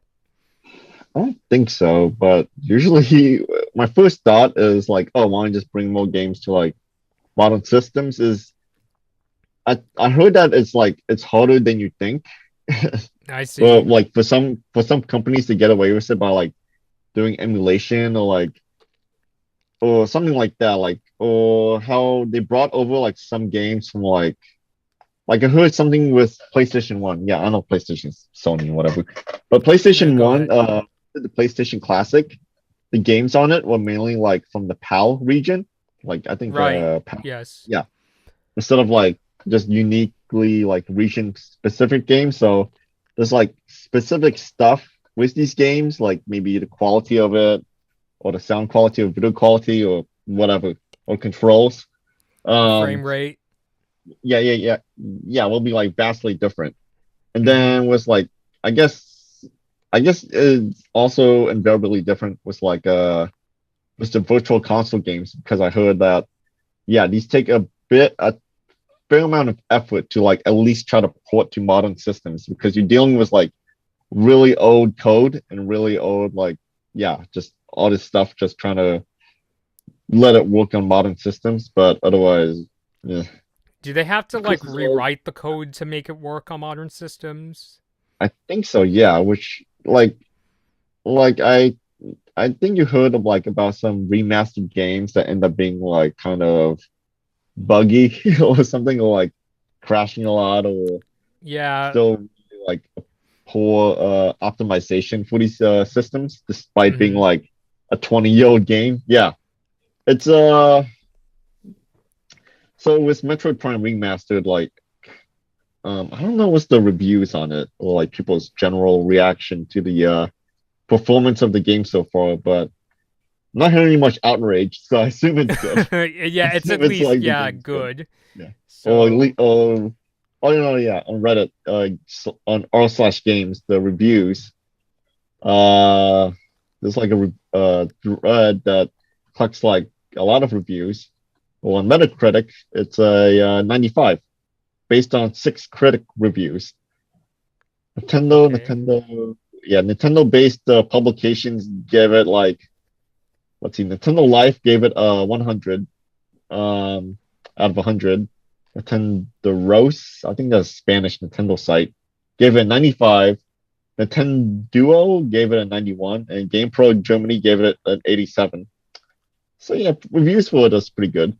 So Yeah. it's nice. And I even remember, I think it was like IGN, they gave the original like a really high score, like a 9.5 out of 10 anyways. So I think I'm getting the sense that, okay, this remastered, it does play pretty good. Because I Yeah. remember when Metal Gear Solid HD Collection came out, I think like the review score, it was like slightly below the original game, but that was Mhm. mostly just because of like the things I mentioned earlier, and that the controls like take some getting used to, especially if you've played like more modern shooter style games. Yeah. Like that's the thing with remasters. Like you have to bring not only have to bring up the visuals up to like modern standards, but you have to bring up like the gameplay too. Like some gameplay can stand the test of time, Mm-hmm. but there's others that's like maybe you got to change up the controls a fair amount to let people get used to it. Yeah, Yeah. and that yeah, I think Yeah, that's like why. Oh, go ahead. so it turns out Metroid Prime Remaster has 60 FPS, which yeah, like I said, keeping up to modern standards, 30 FPS, nah. But Yeah, 60, no. yeah. Um, but yeah, some people in the comments I've been reading is like they're really liking the remaster a lot. And it says like pretty faithful and like the new visuals are enhancing the experience too. Uh So huh. yeah, that's pretty good. Yeah, that's good. Mhm. So what were you saying? No, oh, I was just saying like a good example. I think of a like modern remaster that works really well. I keep praising this game, but I'll just say it anyway, was a Metal Gear Solid Snake Eater 3D for the 3DS. Mhm. Because what I like about that remaster is instead of using the PlayStation 2 style controls, it uses controls that are more similar to Metal Gear Solid Peace Walker in that you use the both shoulder buttons to aim and shoot. Because that was my issue. I don't know if I call it the issue. I think it's just that I didn't play it on the PlayStation 2 is when I played on the HD collection, it took me a long time to like get used to the aiming and shooting controls. Like even to this day, I'm not exactly sure I'm doing it 100% right, Mhm. but I got used to it. I'm like, very close to the end of Metal Gear Solid 3 in the HD version. So it's just one of the, I think that's like a good example of a game where it's like, if somebody played it back then, I think they could get used to it pretty easily. But if for somebody else who's mostly played like Doom 2016 or like Call of Duty, they're gonna get into this game and be like, "Ooh, it's gonna take me a second to get used to this." Yeah, I Mhm. remember the first boss battle in Metal Gear Solid 2. I had a really difficult time with, mostly just because I was still getting used to the controls. But yeah, I think that's why like tech basically like these remastered games are also a huge niche for people because like I think that most people who's gonna buy these like remastered games are gonna be like pretty much the people who just like played them before Right. or who maybe like I think it's less about people who are like always on the fence, but yeah, it's mainly people who played them before. Hmm. Um, yeah. But speaking of controllers, that's why Nintendo, Nintendo they sell those like N64 and the NES controllers on the website, Yeah. like just for people who want to play it using the Switch, which is okay. Why not? Like enhances the experience. Okay, I guess. But yeah, not much to say about it now. Yeah. I see what Let's you see. mean. Yeah, let's see what's the next game after Metroid. Master Detective Archives Rain Code. Is this another turn-based game? Because looks like it. Open world. It looks like Deca Police in a way, just by like being surrounded within the city and just the anime aesthetic. Which okay, a lot of anime games being announced in this direct, Yeah. and some of it being turn-based, which yeah, I guess Hmm. I mean, like makes yeah. sense. Yeah, like it makes sense why like just mainly anime games are coming out to Switch is because I don't know if it's cheaper, but it's like yeah, mainly just Japanese developed, and also that it has a unique art direction, so it can like stand the test of time, and especially with like the performance of the Switch's like tech too. It works well with it, Uh huh. so that's why there's like all these cartoony anime games, or just cartoony games in general coming to Switch. Hmm. So yeah, Yeah. I I guess. mean, yeah, because I'm thinking of a friend of mine who really loves anime games. Like, I have nothing against them. It's just, Mhm. it's not my cup of tea. Yeah, like it depends on the anime game for me, but some anime games are just like too anime, if that makes sense. I get the Like, vibe of what you're saying. yeah, exactly. Like too weird. Like, yeah, and like I like some weird animes, but some are just like, nah, I'm good. I see. Like Xenoblade Chronicles 2, Hmm. which is too tough for me to take seriously. So yeah, I mean, I'm not knocking on anyone who likes those games, but yeah, not for me. Not for my American tastes. Yeah, Let's see what and else for came me, out. it's just I can't wrap my head around the strategy. That's why I often say in like TikTok Q&As, you don't want to Mhm. see me play Zelda, because people do Yeah, ask me that sometimes. Would you play Zelda on a live stream? And I just say, you don't want to see me play Zelda. yeah, yeah. I get it. Let's see what else got announced. A Stardew Valley like game or something. Stardew Valley or Animal Crossing. It, Fantasy Life: The Girl Who Steals Time, which I look think that was oh, the one my sister saw the trailer and she was like, "Why does this look so much like Animal Crossing but with action?" yeah, it looks uh it looks okay, but I don't know. Is like usually with these type of like game aesthetics, I don't know, it just feels off to me. Like it doesn't feel unique in a way. I don't know how to describe it. Like compared to say Emerald Crossing or Stardew Valley, Uh-huh. something about it just doesn't look right. But yeah, because like maybe these type of games just kind of look the same to me. Mm-hmm. Like that and like maybe Harvest Moon or I don't know. Okay. Uh Baten Kaitos 1 and 2 HD remaster. I think it's turn-based games, so I'm moving on from that. Yeah. I Professor heard Layton about already. uh that game. I remember I was watching Nintendo's E3 conference from Mhm. 2004. I think that was when it was all new. So I'm Okay. vaguely familiar with it, but I don't know what happens in that game. Yeah, me neither. Who made this game? Let's Bandai see. Namco. Okay. Okay, let's move on because Bandai Namco. I like some of Bandai Namco's games, but when it comes to the anime games, uh, yeah, I mean, you yeah, could I think no, you no could guess from disrespect. my like t-shirt, Ross, what are my favorite kind of Namco games. Like, can you Oh see? yeah. I had that T-shirt until I lost in the airport. Yeah, I Oh know. no. It's from Uniqlo. Yeah, I know who it's from. Um, let's see, Mega Man, Blanc. Yeah, and then yeah, after that they went through like, well, yeah, we already covered Layton and Mario Kart. Mm-hmm. After that, the directs just went through like the rest in a way.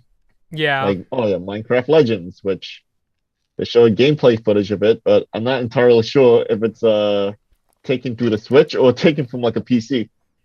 Because this, okay, can we just talk about like the Switch right now? Just the console itself. Yeah. So when I showed you the when you covered the Switch launch, how long ago was that? 2017, 6 years. Yeah. So generally Nintendo would release a new console like every 5 years or so, right? 5 or 6, yeah. And Nintendo Switch right now is I think number three most best selling of all time of the consoles. Yes. Like even I think it even sold more than like PlayStation 5 and Xbox or something. I don't know.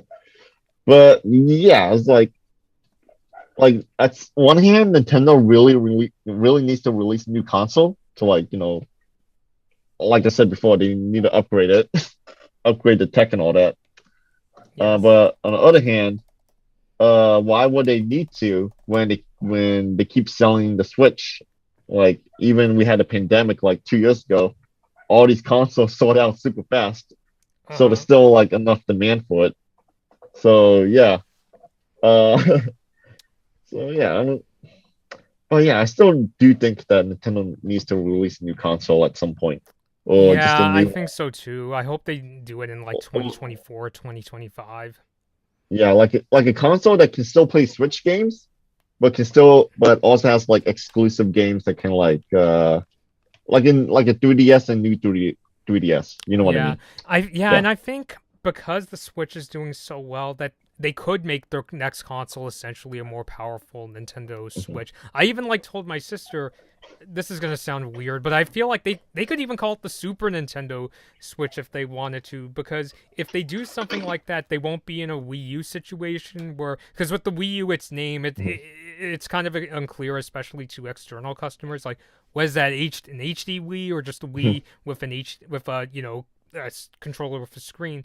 Whereas with a Super Nintendo Switch, just like Super Nintendo, its name implies, oh yeah, it has more capabilities beyond what the original Switch could do. So I think if they do release a new console, which I saw a marketing report where they said Mhm. we'll come out with this console in the year 20XX. So Jeez. they could release it in 2099 and it's still Mhm. truthful. But I think they are thinking about it. It's just they're just concerned they don't want to alienate current Switch Yeah. customers, especially because of how disastrous the Wii U sales were. They were like, well, we don't want to do another Wii U. So, yeah, I Mhm. think they got to do like a Super Nintendo Switch kind of idea. Maybe not call it Okay. that because that's just weird, but still. Yeah.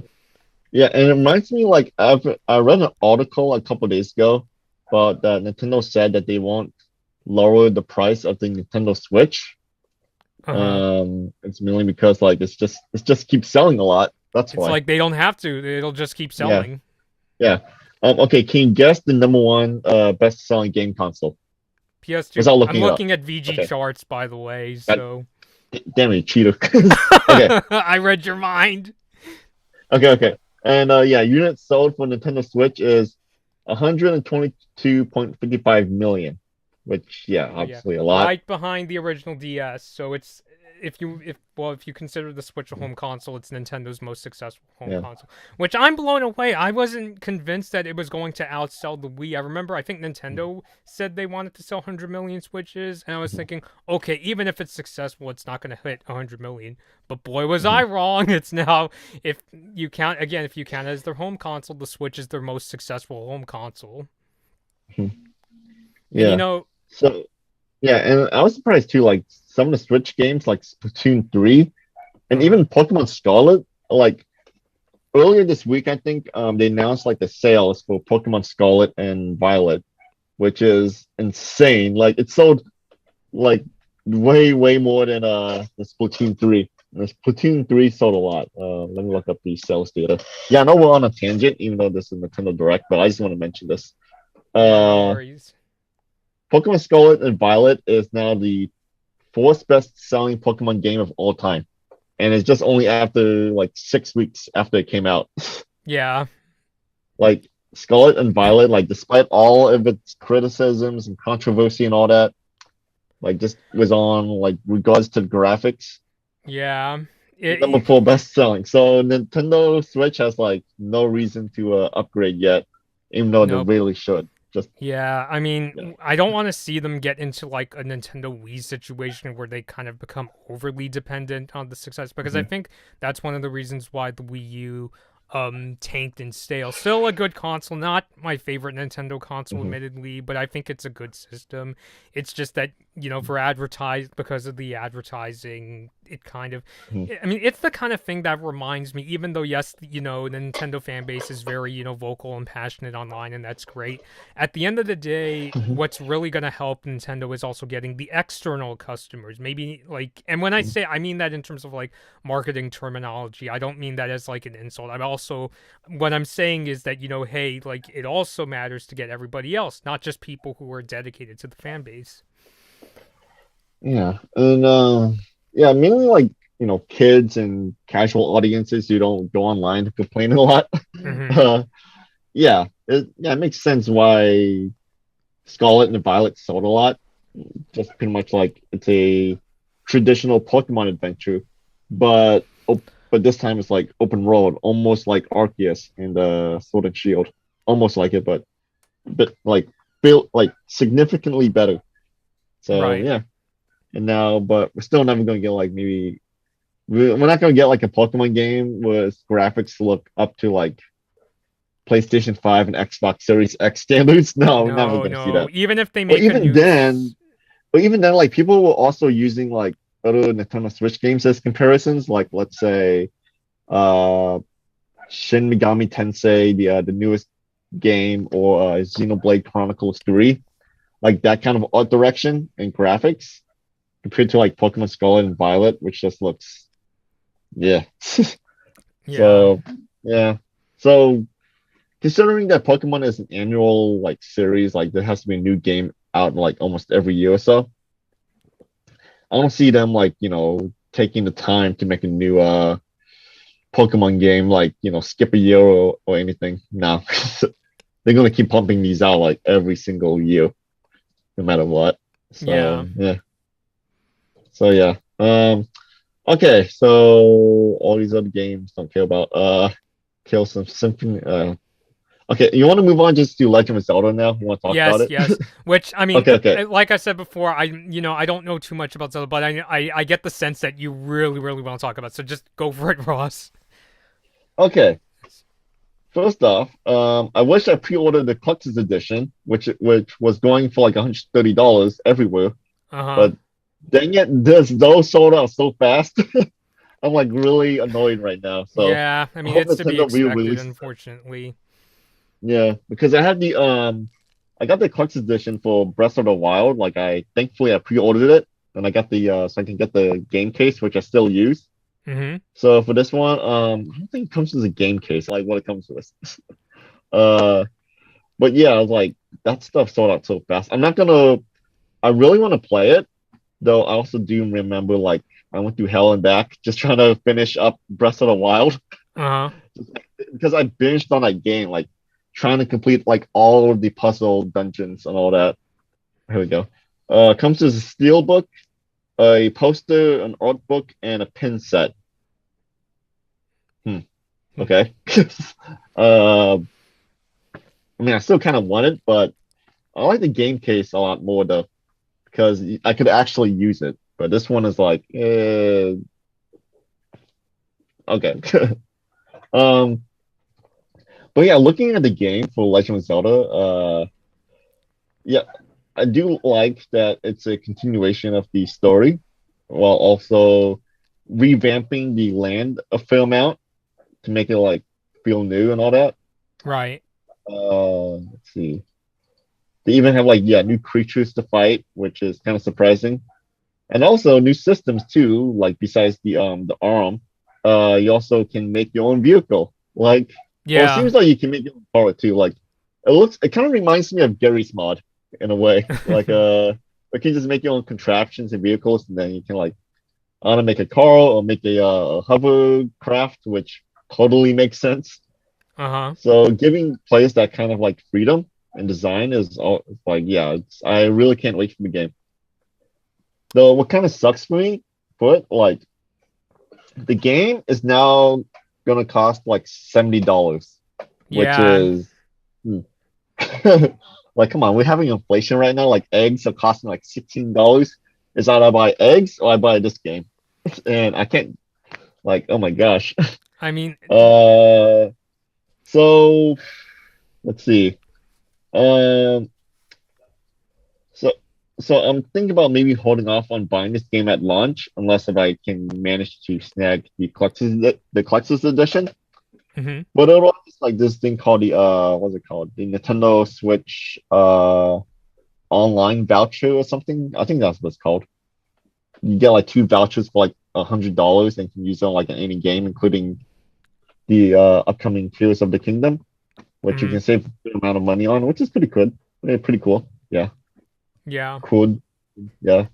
Um, but yeah, otherwise, like, I don't know if I'm gonna like binge on the game because yeah, like right now I'm not like too heavily invested into binging on games, but uh, yeah, it looks pretty good. Like I really can't wait for it.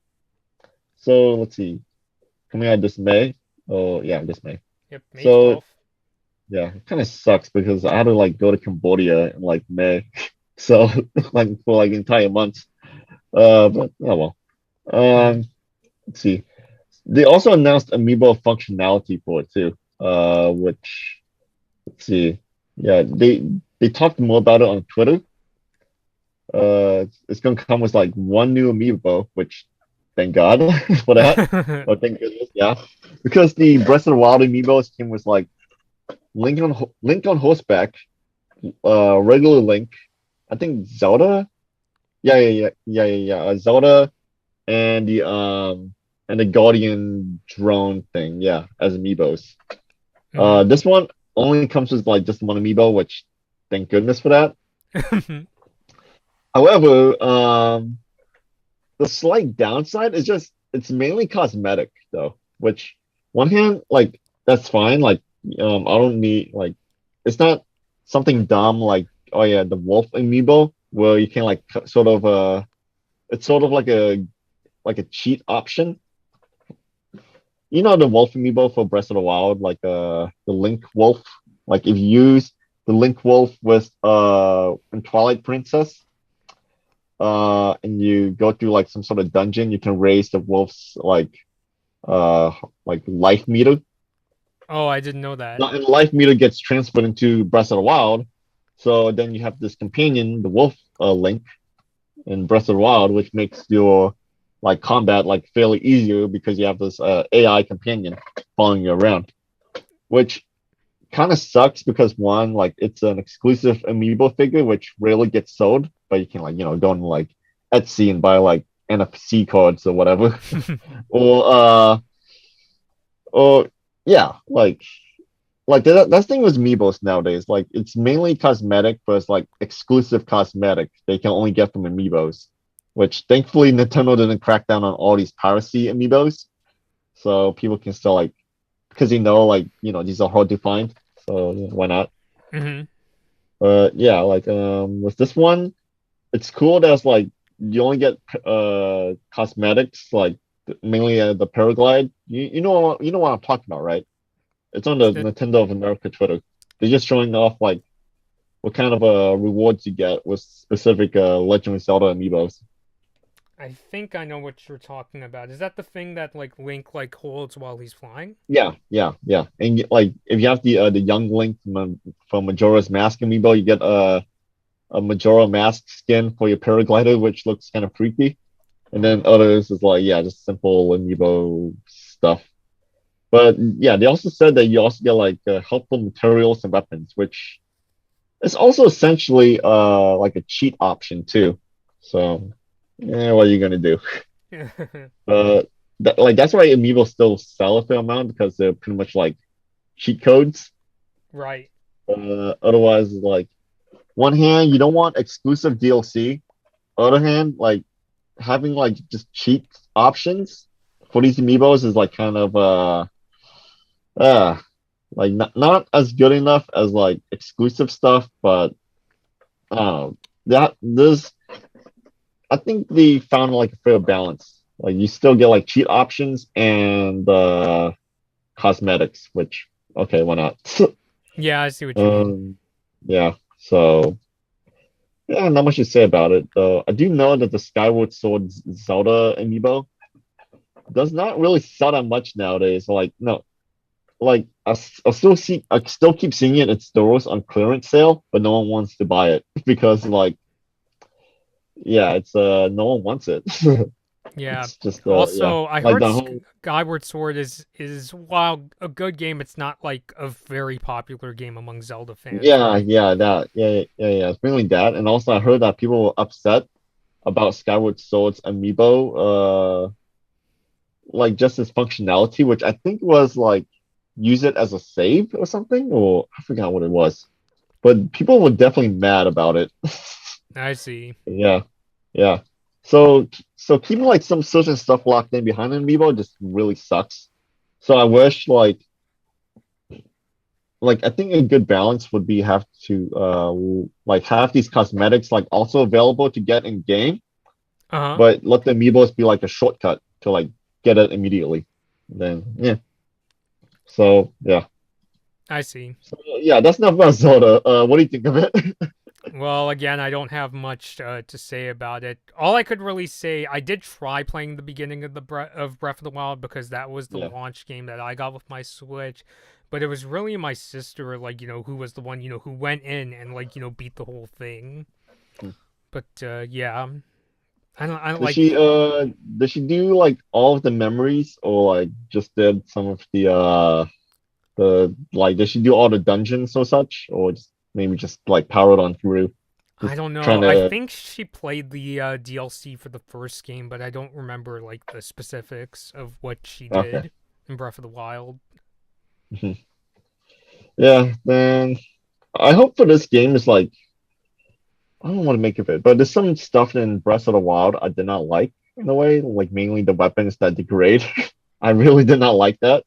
I see. But it seems like they're gonna go back to it again because they said with like the Amiibo functionality, you get weapons and materials, which means that weapon degrading is back. Which hey, I get okay, fine, I guess. But yeah, it's like not really much to say about it other than like, oh yeah, it's just another Breath of the Wild. Maybe they'll fix a lot of things in the sequel in the sequel. But otherwise, yeah, it's just a new game then with new content, and yeah, that's all right. I see. Mhm. I don't have much to say. That's why I'm drinking. Yeah, I mean, I don't Yeah. either, mostly just because, like I said, I struggle a lot with Zelda games. But yeah, for those who are excited, though, I'm sure Really happy. I'm sure a lot of those people who have asked me in Q&A before, have you played Zelda, are the ones who themselves are happy, which, good for them. So yeah, I hope they have a good time. Yeah, like I bought the Breath of the Wild expansion pass, Hmm. which is on sale right now. I tried playing it, but it's like I don't know because I haven't played the games in a while. When I tried playing it again, it just felt way too difficult for me.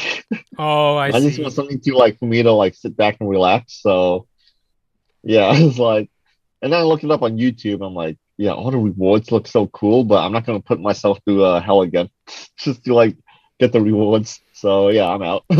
Yeah, I could understand that. Yeah.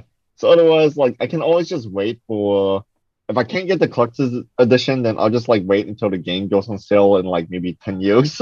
So Yeah, because because you Nintendo know how games Nintendo is. rarely go on sale. Yeah. Yeah. Which kind of like irks me a bit because the game is like $70 now. So I think the lowest price might go down to like just probably be like down to $60, which is like mm. But Yeah. Nintendo said that it's not going to be a usual thing with the games. It's going to be like done on a case by case basis. So Which, yeah, it could be that like because obviously next this game is going to be like super huge with like tons of content to do and stuff to do. It'll probably take like maybe hundreds of hours to complete it all.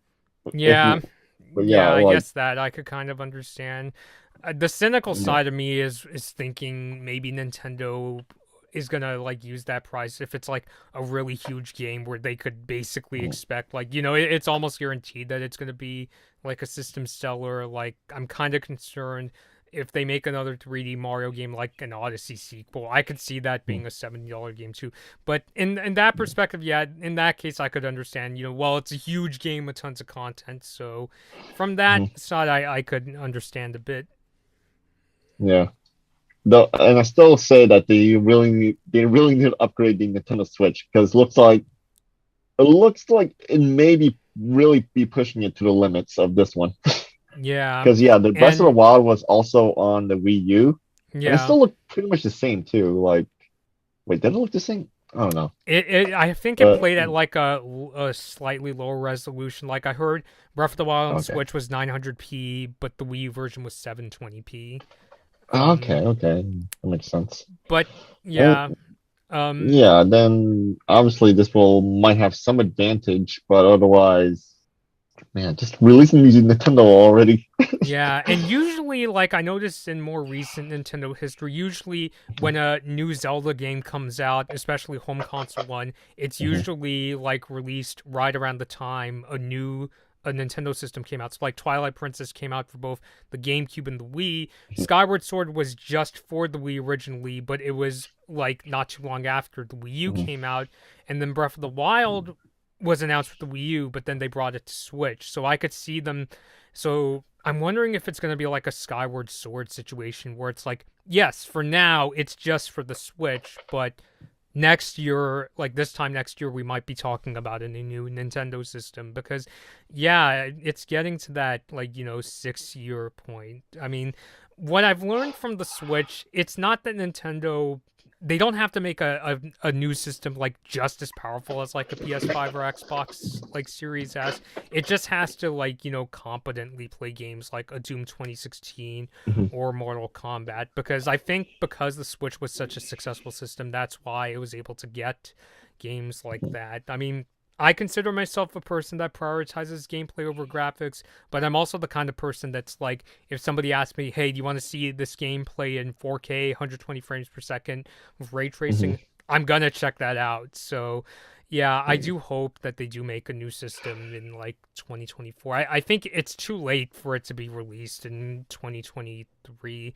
I think they might do Mhm, something similar to the Switch where they announce it maybe even at their own event, like kind of like what they mhm. did with the Switch, and then like in the following year they release the new system. So I could see them doing something like that. I don't know if they're gonna do like that whole event they had at Tokyo Big Sight with the Switch again. They might just have a Nintendo Direct where they're like, it's gonna cost this much and it'll be released on this date. Yeah. Otherwise, like man, the Steam Deck needs to the Steam Deck it like yeah, you know what the Steam Deck is. Like Yes, I know what the it, Steam it Deck needs to is. like be a really, really, really good contender against the Switch. But right Mm-hmm. now, Steam Deck is only sold through Steam, and you have to make a Steam account and all the hassle and whatnot. But yeah, like if the Steam Deck can just manage to run like even just current gen games, like games that just came out like this week, like some certain Wizard game or like last or 2 weeks ago, like Dead Space, then yeah, Nintendo needs to kind of step it up a bit Yeah. by Do you think like could you see a future like a Switch successor being as powerful as like the base Steam Deck? Because I think the base Steam Deck is like $400, right?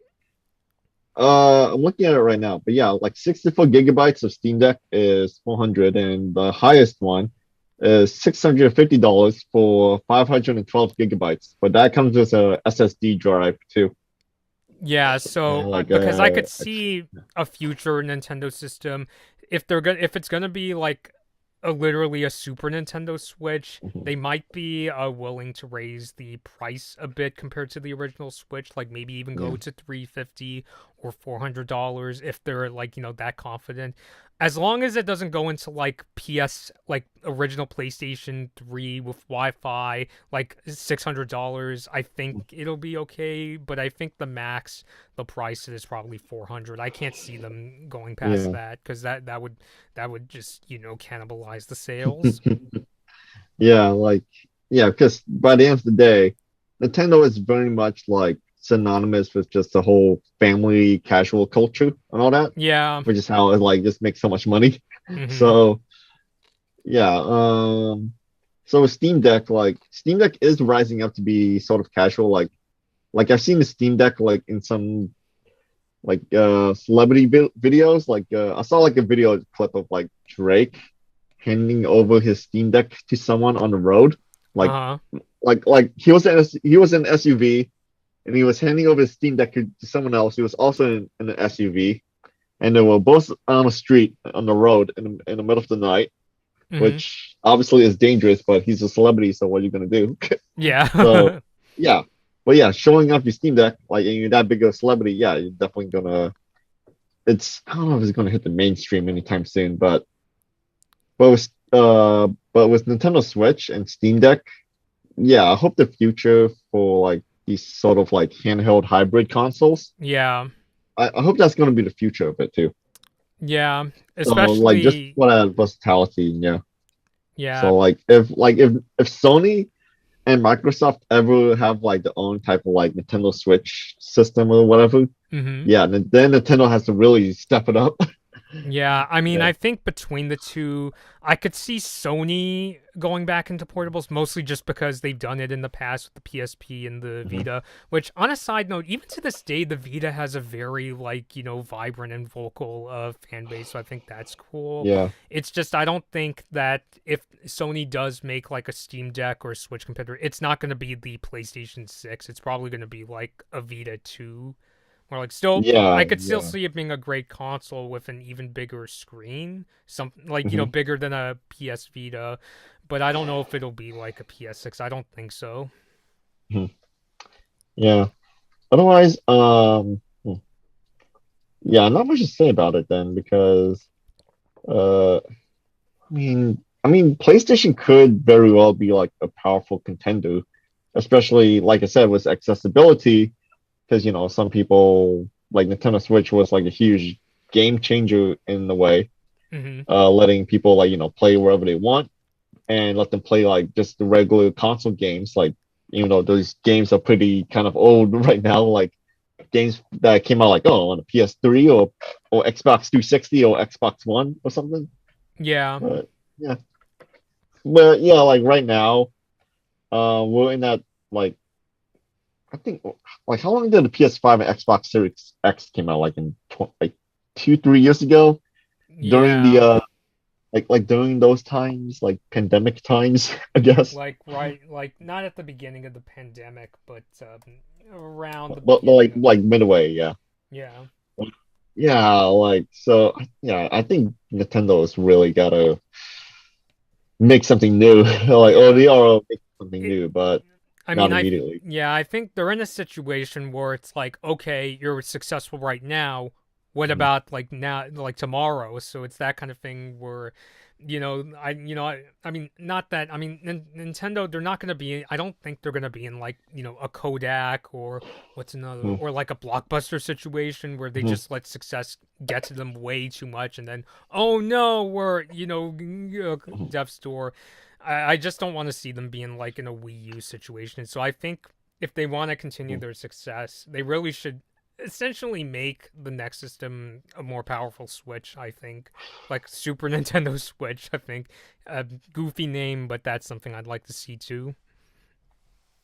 I just got this weird thought in my head, like what if, like Nintendo Labo, right? Like it has you can make Yes. your Nintendo Labo into like a VR headset.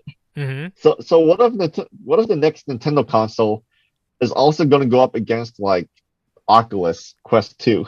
like Oculus Quest 2 is also versatile in a way. Mm-hmm. We can play like VR games, but a bit like you can't play like obviously high end VR games. You gotta play like sort of low end, kind of like the Switch in a way. We play low end games. So I'm just thinking like, what if the next Nintendo Switch just goes after that market too? It's I gonna be kind of funny mean, because like, yeah, I think it'll be closer to like a Nintendo Labo than like an Oculus yeah, Rift because I can't see them doing like a PlayStation VR 2.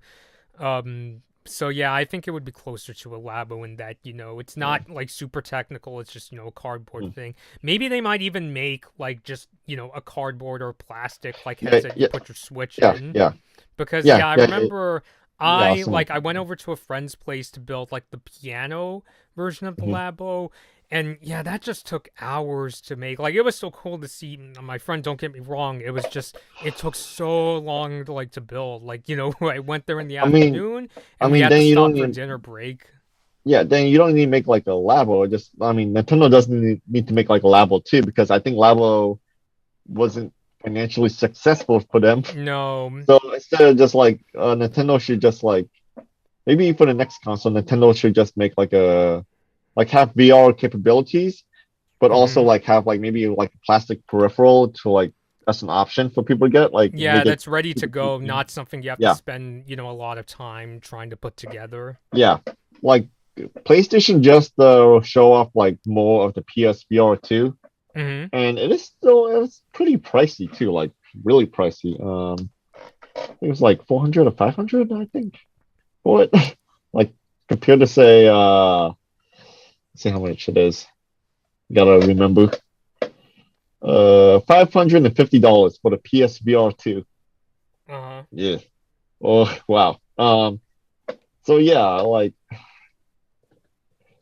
if Nintendo wants to, which I don't have any expectations, but let's say if they're going to, then the best possible solution is just to make a plastic peripheral, but also make like something that you can like slot the next Nintendo console into, and Yes. then use the whatever next Joy-Con iteration as like the controls. Yeah, and like then let it be just the next, let it be like a way more all around type of system. But of course, like some VR games in general, like require a lot of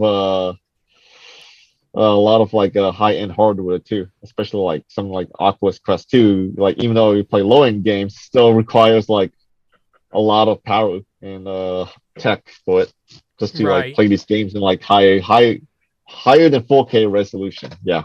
hmm So maybe not, but who knows what the future might bring. Because Nintendo, they're the type of company to always like try to experiment or innovate in a Yeah. way. So since they made a VR game with Nintendo Labo, hmm could theoretically be possible if they want to continue doing it.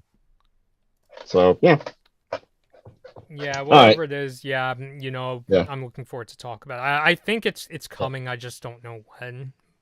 yeah. So anyways, so what do you think of this direct so far, Bobby? Like, what would you grade it as? A Like, or solid what were your B. expectations?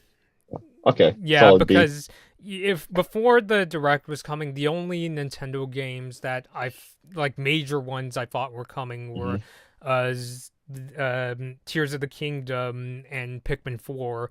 But I actually Yeah. got more than I expected. Like I said, I was happy with like the Game Boy announcements, the next Mario Kart wave, and Mhm. I'm not the kind of person like I don't get like mad when they don't like show like enough of like completely new announcements. Like when they announced the release date for Pikmin 4, that in Mhm. itself was like big news to me. Like they showed gameplay. It's not just a little trailer like they showed last time. So Mhm. it's one of those directs where it's like not much to say, but it had like a good handful of surprises, I think. So yeah, I would give Mhm. it a B. Okay. Okay. Yeah. Um, I don't know what grade to give it because the only expectations I had was like maybe just more information about like games they already announced, like Yeah, Pikmin 4 and Legend of Zelda, of course, was along with like a release date. Though I was fairly surprised by Game Boy and Game Boy Advance coming to Nintendo Switch Online, even though I do not like it being a subscription exclusive. But what are mm. you gonna do? Kirby's Return to Dreamland Deluxe, like more content for it. It's pretty good. I like that. And Yeah, Metroid I'm gonna Prime pick that up. Remastered, yeah, Metroid Prime Remastered is like was this the first time they announced it, or was this like It did they is, announce yes, it it's the before? first Okay, time okay, they announced it. okay. Then like announcing it and then releasing it like immediately on the day of announcing it is really cool that they did that. Yeah, the digital version, yes. Oh yeah, I mean yeah, but um and like just them also announcing like maybe some more like content for the DLC. Even though I'm not like interested in Splatoon or Xenoblade, but it's pretty nice that they did it. Yeah, Uh, but the main thing is like I said, just the announcement of Professor Layton. Um, I'd say it's yeah. This direct was pretty good, but otherwise, like just like other games, it just feels like filler to me. No disrespect to people who like those games or who were yeah, excited for them. But yeah, these games, like I am not interested in them whatsoever because um they're all like sort of anime-ish type games, like games that's like feels like it's only made for the Switch because it can run on low-end hardware uh-huh. and doesn't require that much of a budget to like make for. So yeah. Yeah, So otherwise, yeah, just give it a B. So I'm just like spitballing here, I guess. yeah, Just I mean, that's what I thought too. yeah. Otherwise, it doesn't really focus on like there's some nice surprises, but not like huge surprises that gets me like super excited. Yeah, But yeah. I mean, Oh, honestly, if for a direct to get like an A plus for me, it would have to be like new console territory if I'm being really honest. Like I think about new like console, or if they announce like a new Mario or something. Yeah, yeah, like a so new I don't want to actual be too Mario game, not a unfair. remaster. Yeah. Yeah. Like, I think like a good A plus presentation I think would be like when they unveiled the 3DS at E3 2010 because that was awesome. I loved like all the game announcements they had. Yeah. But that kind of direct doesn't come around like, very often. Yeah. Man, uh I hope they do something for the like okay, this announcement was fine. I wonder if they're gonna do something for the Mario movie. Like just like Yeah, I was release like hoping. some new Mario content for like Mario Kart 8, where you play as like Chris Pratt Mario or something. I don't know. I mean, yeah, I'm kind of But, surprised they didn't mention it at this direct at all. Like, I thought yeah. maybe they would show a final trailer, but I guess they're saving Yeah, that. I think they generally just like split these up like oh yeah, the direct is only for like third party and like the first party games. Then the other directs is like oh yeah, Pokemon Direct is only for Pokemon stuff. Mm. Like the mainline titles and mobile game who cares, yeah, all that stuff. And then after I get like the Mario movie direct, which yeah, okay. It's just watch the actors talk about how much they like the games, I guess, and then watch like the trailer. Yeah. Have you Yeah. ever are you gonna go to the Universal Studios or to see that Mario Land? I don't know. I haven't been to Universal in like 15 years literally. The last time I went was for when Yeah, the same. Simpsons ride opened. And even though, yeah, like, pandemic, it's not as scary as it used to be, I'm still, like kind of skeptical. The Mario Yeah. movie itself, I might make an exception because I did go out to a theater like Mhm. almost 2 years ago to see that anime movie Macross Plus with my friends. So that I could see like, Alright. driving my friends to, say, hey, let's go see the Mario movie. Mhm. Yeah. Yeah, yeah, of course I'm gonna watch the Mario movie when it comes out. Like, Hmm. but I don't know, Chris Pratt as Mario is still to me. I'm getting used to his voice. I mean, I like how he's trying to like still play character because I guess I'm just glad he's not just playing Emmett because if he did something Yeah. like that, I would just be completely destroyed. And then he's also gonna voice Mario. He's also gonna voice Garfield too, which is come on Hollywood, what are you doing? Whatever. Yeah, man. But yeah, I'm just looking at a video of like Universal Studios, the Nintendo World's food and like just all the rides and whatnot. Yeah. It's pretty interesting. Yeah. So Yeah, I mean, yeah, I'd at go. some It's just I'm point, not sure if I could realistically can. I mean, I live, it, like Universal City is like, an hour or two away. So it's possible. yeah, It's just that Universal is not a place I frequent. yeah, it makes sense. Like just go there once to see it. Like you already saw everything.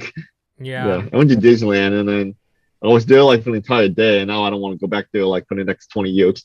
Yeah, I mean, Disneyland is like someplace that I would like really like to go back to.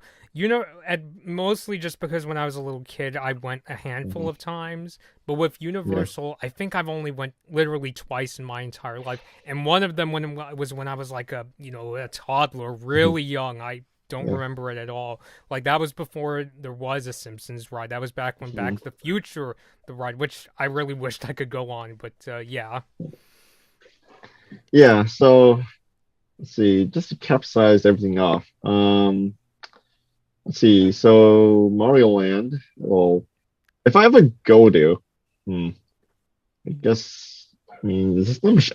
There's not that much new information for me to add, other than like stuff that you already see, like through all the YouTube videos, I guess. yeah. So I I guess mean, I've talked whatever. about like in the announcements before, but since I'm not sure if I can like go anytime soon, it's not Yeah, something I could really talk in detail. yeah. But you ever plan to make a video of it? Like if you ever go to like Mario Land or something? I don't know. I'm Or- kind of paranoid about like doing that just because I'm not sure if Universal's one of like I'm worried it's one of those places if they see me with a camera they're gonna say, "Hey, don't film." Which is kind of weird because like you only got people like making all these YouTube videos of like the food and like the land of and the rides and whatnot. So yeah, just don't be like shoving your face into like the random people. But Yeah. whatever. Anyway, so yeah, for this direct, um yeah, we got off like on a huge tangent there. So Hmm. for this direct, like yeah, you and I gave it a B on like for different reasons. Yeah. Was there anything that you did not like or anything that like you had some expectations for, but was like you were kind of disappointed that they didn't announce or what? The only one that I was kind of disappointed was they didn't talk about the Mario movie, but since that Mhm. comes out in April, maybe they want to save it for March. Most of the stuff I Yeah, didn't like were just like stuff that I was just like, yeah, whatever. But there wasn't anything that yeah, like, offended me or made me like super yeah. upset. It was just like, Mhm. yeah, okay, whatever. I hope somebody else likes it. Yeah. So for me, I don't know, maybe I'm just getting old and video games are just not that interesting to me that much anymore. But I don't know. So it's like a lot of anime games and mainly Nintendo games I'm interested in, other than Layton. So yeah, I don't think I have much to add, Bobby. Nope, I'm Yeah, good. you have anything So, else to add? nope. Do Okay. you want to wrap this up? Yeah, okay. Why not? All right, so yeah, so I hope you guys enjoyed the stream. If you're watching this in the future, let us know in the comments what your favorite announcements from Wednesday's Nintendo Direct were. This has been a lot of fun. Really nice to get to talk with you again, Ross. So yeah, really glad that you were here. So thanks for stopping by. Yep. All And right. thank you for having me again, Bobby, to talk about Nintendo. Even though I haven't touched my Nintendo console in like in a while. So Yeah, I'm gonna use it so just to play like Overwatch or like Fortnite, but yeah. yeah, so maybe in the future, if they do make another console, we could talk about it again. So yeah, Yeah. so when that day comes, because I do think it's coming again, I just don't know when. Mhm. But yeah, I'll be happy to have you back on then. So yeah, Yeah. for Well, those be back. Yeah. So for Mhm. those watching, yes, if you enjoyed this, please subscribe to my YouTube channel. And again, let us know what your favorite announcements are. Until next time, this has been Ross and Blood Moon Bobby, and we'll see you all later.